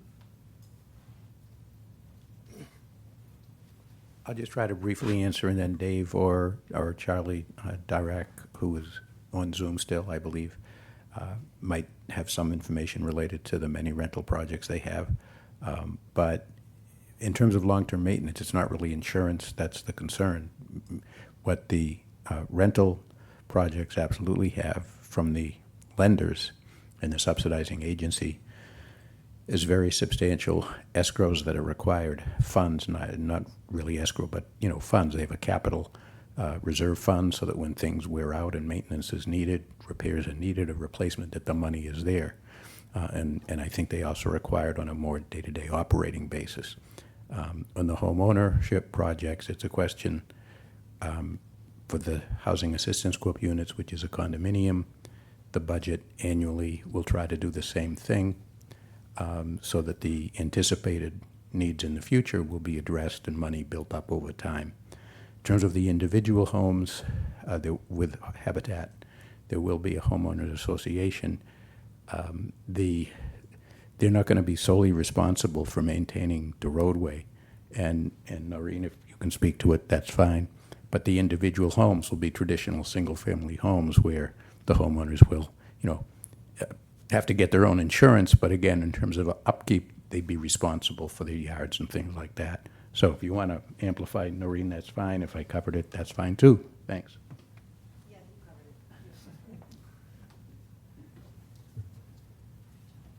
it. And just to speak to the general question about insurance and operating costs, I don't have any numbers in front of me, but I have to go back and take a look. But I can say that both POA and Housing Assistance, we do have draft operating budgets that we've thought through and gotten input from our insurance people in our companies. So happy to look further into that for you. Okay, Yeah. I'm not as interested in the numbers specifically, just Okay. want to make sure that it's something that's Yes, been it is, yep. considered, and I thank you both for your answers. Other questions or concerns? Well, let's talk about next meetings. I don't know, do we have any open issues we want to reinforce on design for our next meeting? Only when it's appropriate for discussion, I would like to have the discussion. Apologize, I do have one more question about the Austin, design. please. Apologize, one more question. As regards to the redesigned Building 1, I do think from a overall standpoint, I do enjoy it better than the original proposal, so thank you for the work that you put together for that. The question I have is about the center part of the building that previously was, there was no effective roof line in the center, and we have filled that in and added a cupola. Is there any, what is the purpose of that attic-like space in the center of the building? Is that also housing mechanical equipment, or is that an effective empty space? My concern is more just, or my perspective is that I think the massing of the building is slightly larger than original because it's no longer broken into two substructures. And I'm wondering if there's any thought into removing the cupola from the center, relocating it to one or both of the sides, and allowing that roof line to be broken up as to break up the length of it over the whole width of the project. We could take a look at that. There's no occupiable space in that attic. So the one benefit it does provide is to cover or shield and hide the elevator override. So if you look back at the original elevation, there is a cube coming out past the slope of the roof. When we get into a little bit more design detail and understand that the height of that, they may not project as much as we originally presented it as, and it does provide that opportunity to hide and shield it. Okay, thank you. That's good information. If I could please add something to that building one, as I had made note, this version of the exterior elevations actually makes the building bigger. The volume is bigger. Although at the ends, they did like a salt box kind of, the roof line coming down.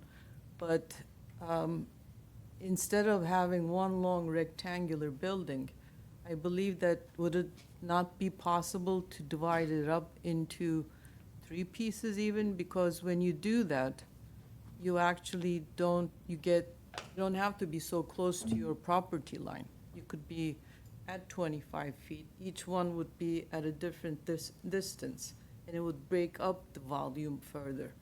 And it doesn't necessarily mean that you have to add another elevator to that. It's still connected, but not in the top levels. It's just a design concept that, once you break up the volume, you don't have this massive wall of building.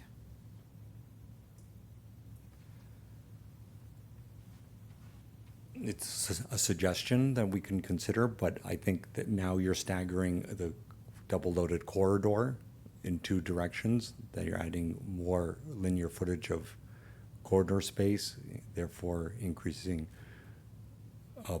heated volume. There's some benefits to what you're suggesting, but there's also some considerations of how the floor plan works.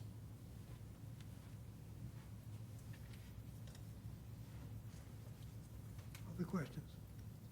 I promise this is my last one. Oh, yeah, Keep right. going, Ari. I promise. I think I brought it up in the last meeting, but I would still be interested in seeing how the facade articulation of all of the buildings aligns with the new zoning that was voted through in the last several years.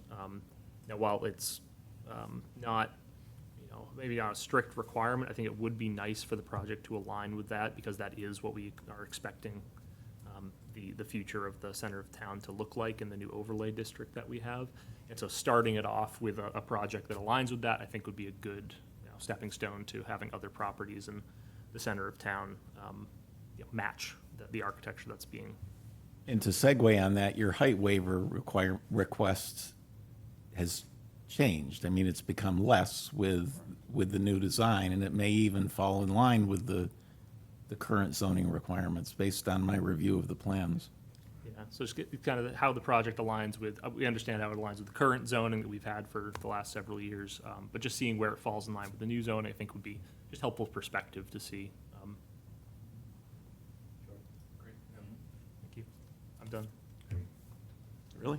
Yes. All right, so let's talk about next meetings. Let's talk about timing, let's talk about what we like to see. I guess we'd like to see the landscape plan. We'd like to see, what else we talking about next time? Traffic. Traffic, yeah, hearing on traffic. what other elements are open? What other elements are we missing? I think what I'd like to do is try to group as many of them as possible into one meeting and maybe have that extended out in time as opposed to having continual meetings. Follow me? Sure, the third thing, by the way, is the waivers. Waivers, yeah, the waivers. I guess I have a question, if you could clarify, you said to review the landscape plan. Just to see it, yeah. Well, I believe it's in your package, is it not?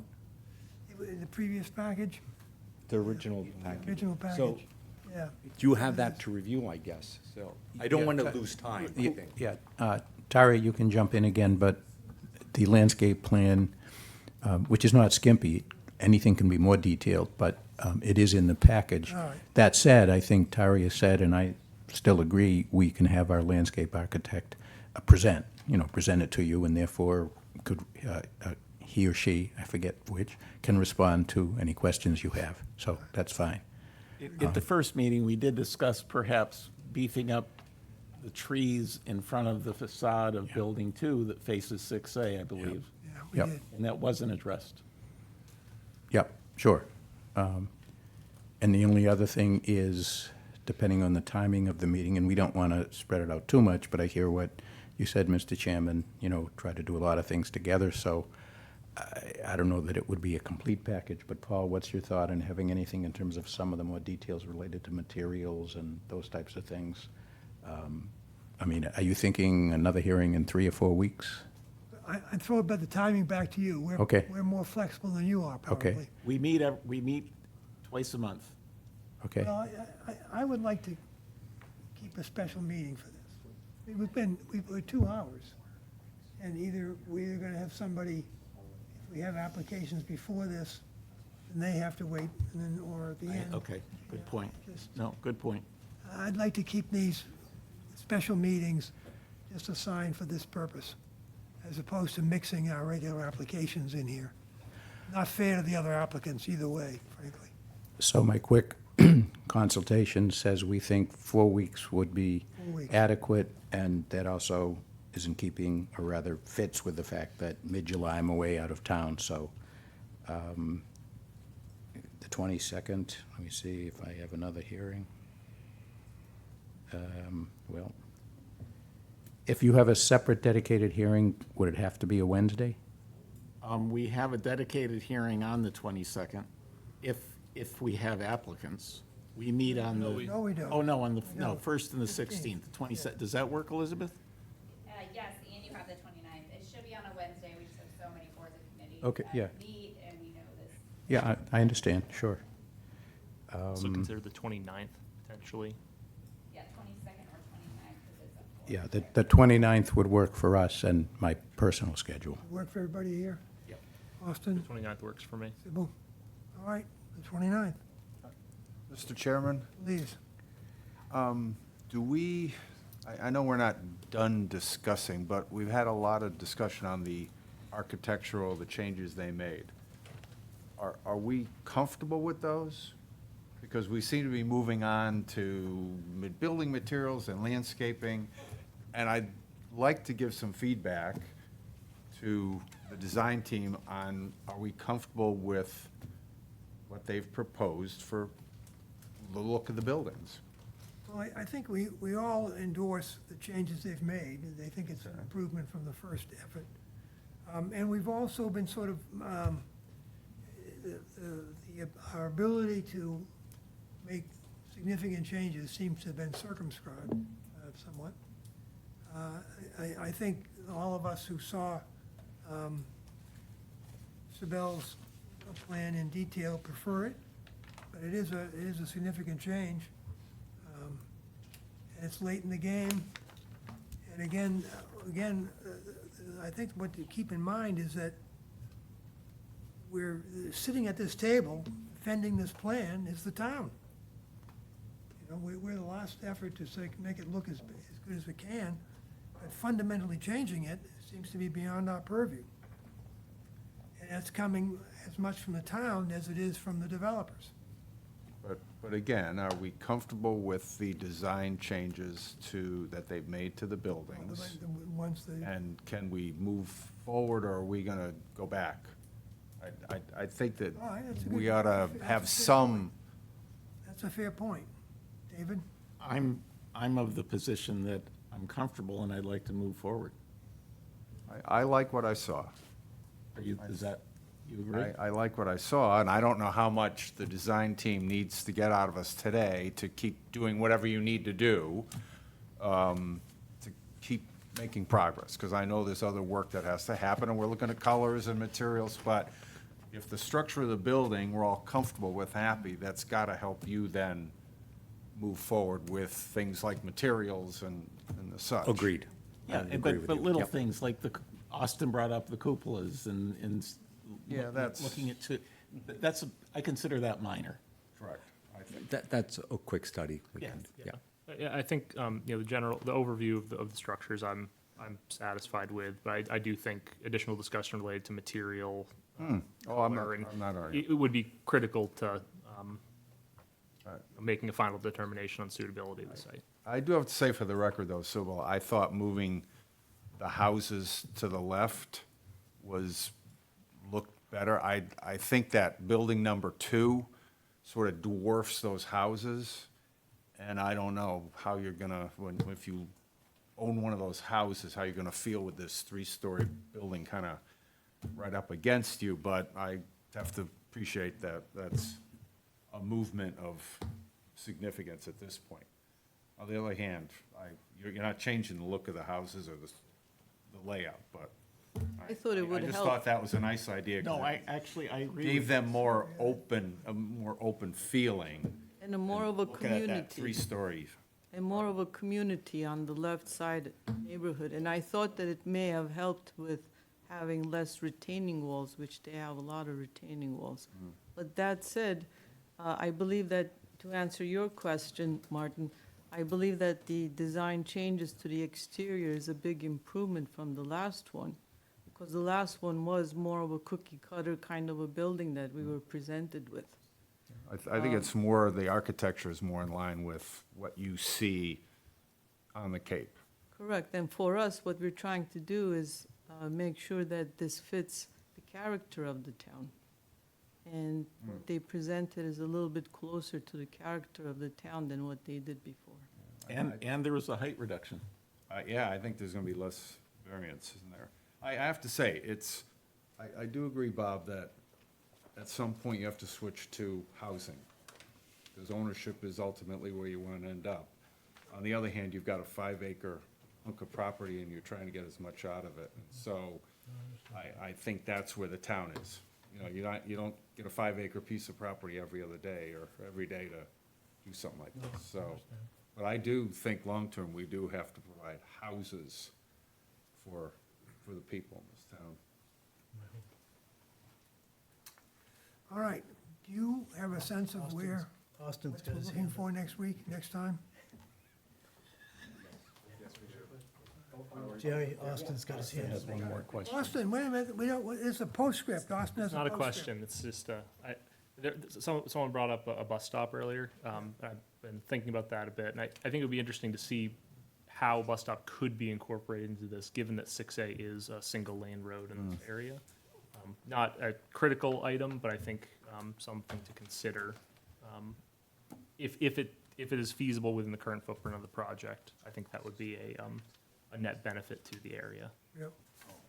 I'm I sure think, there's state I think it ways was, to deal with I think it that, was decided that could be done pretty easily, incorporated. Just to clarify, are we talking about transit buses or school buses? School buses. I think, School buses. I think we're talking I was thinking more generally. CCRTA. The Something that could be, CCRTA, because ostensibly there'll be a lot of folks in this area who may without cars, right.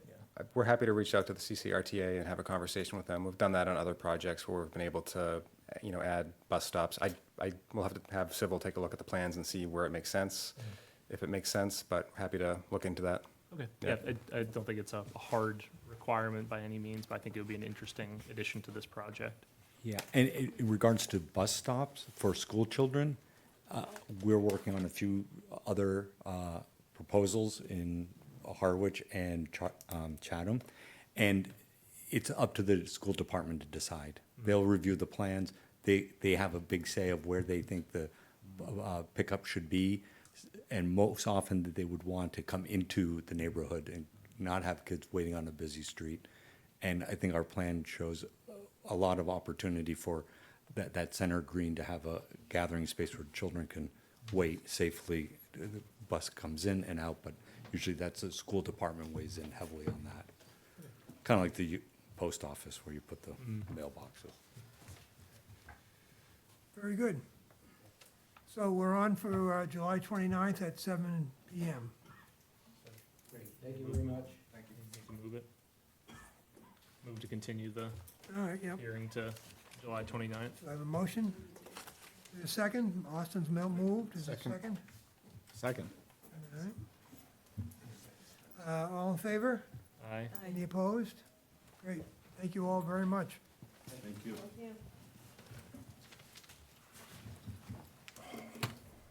Was that a motion to continue or a motion to adjourn? Motion to We continue. haven't We adjourned haven't yet. adjourned yet. That's what I thought, just making sure. Thank you very much. Thank you, Peggy. Thank you for our parliamentarian. Is there a motion to adjourn? I move we adjourn. Seconded. Second, all in favor? Any Aye. opposed? Aye.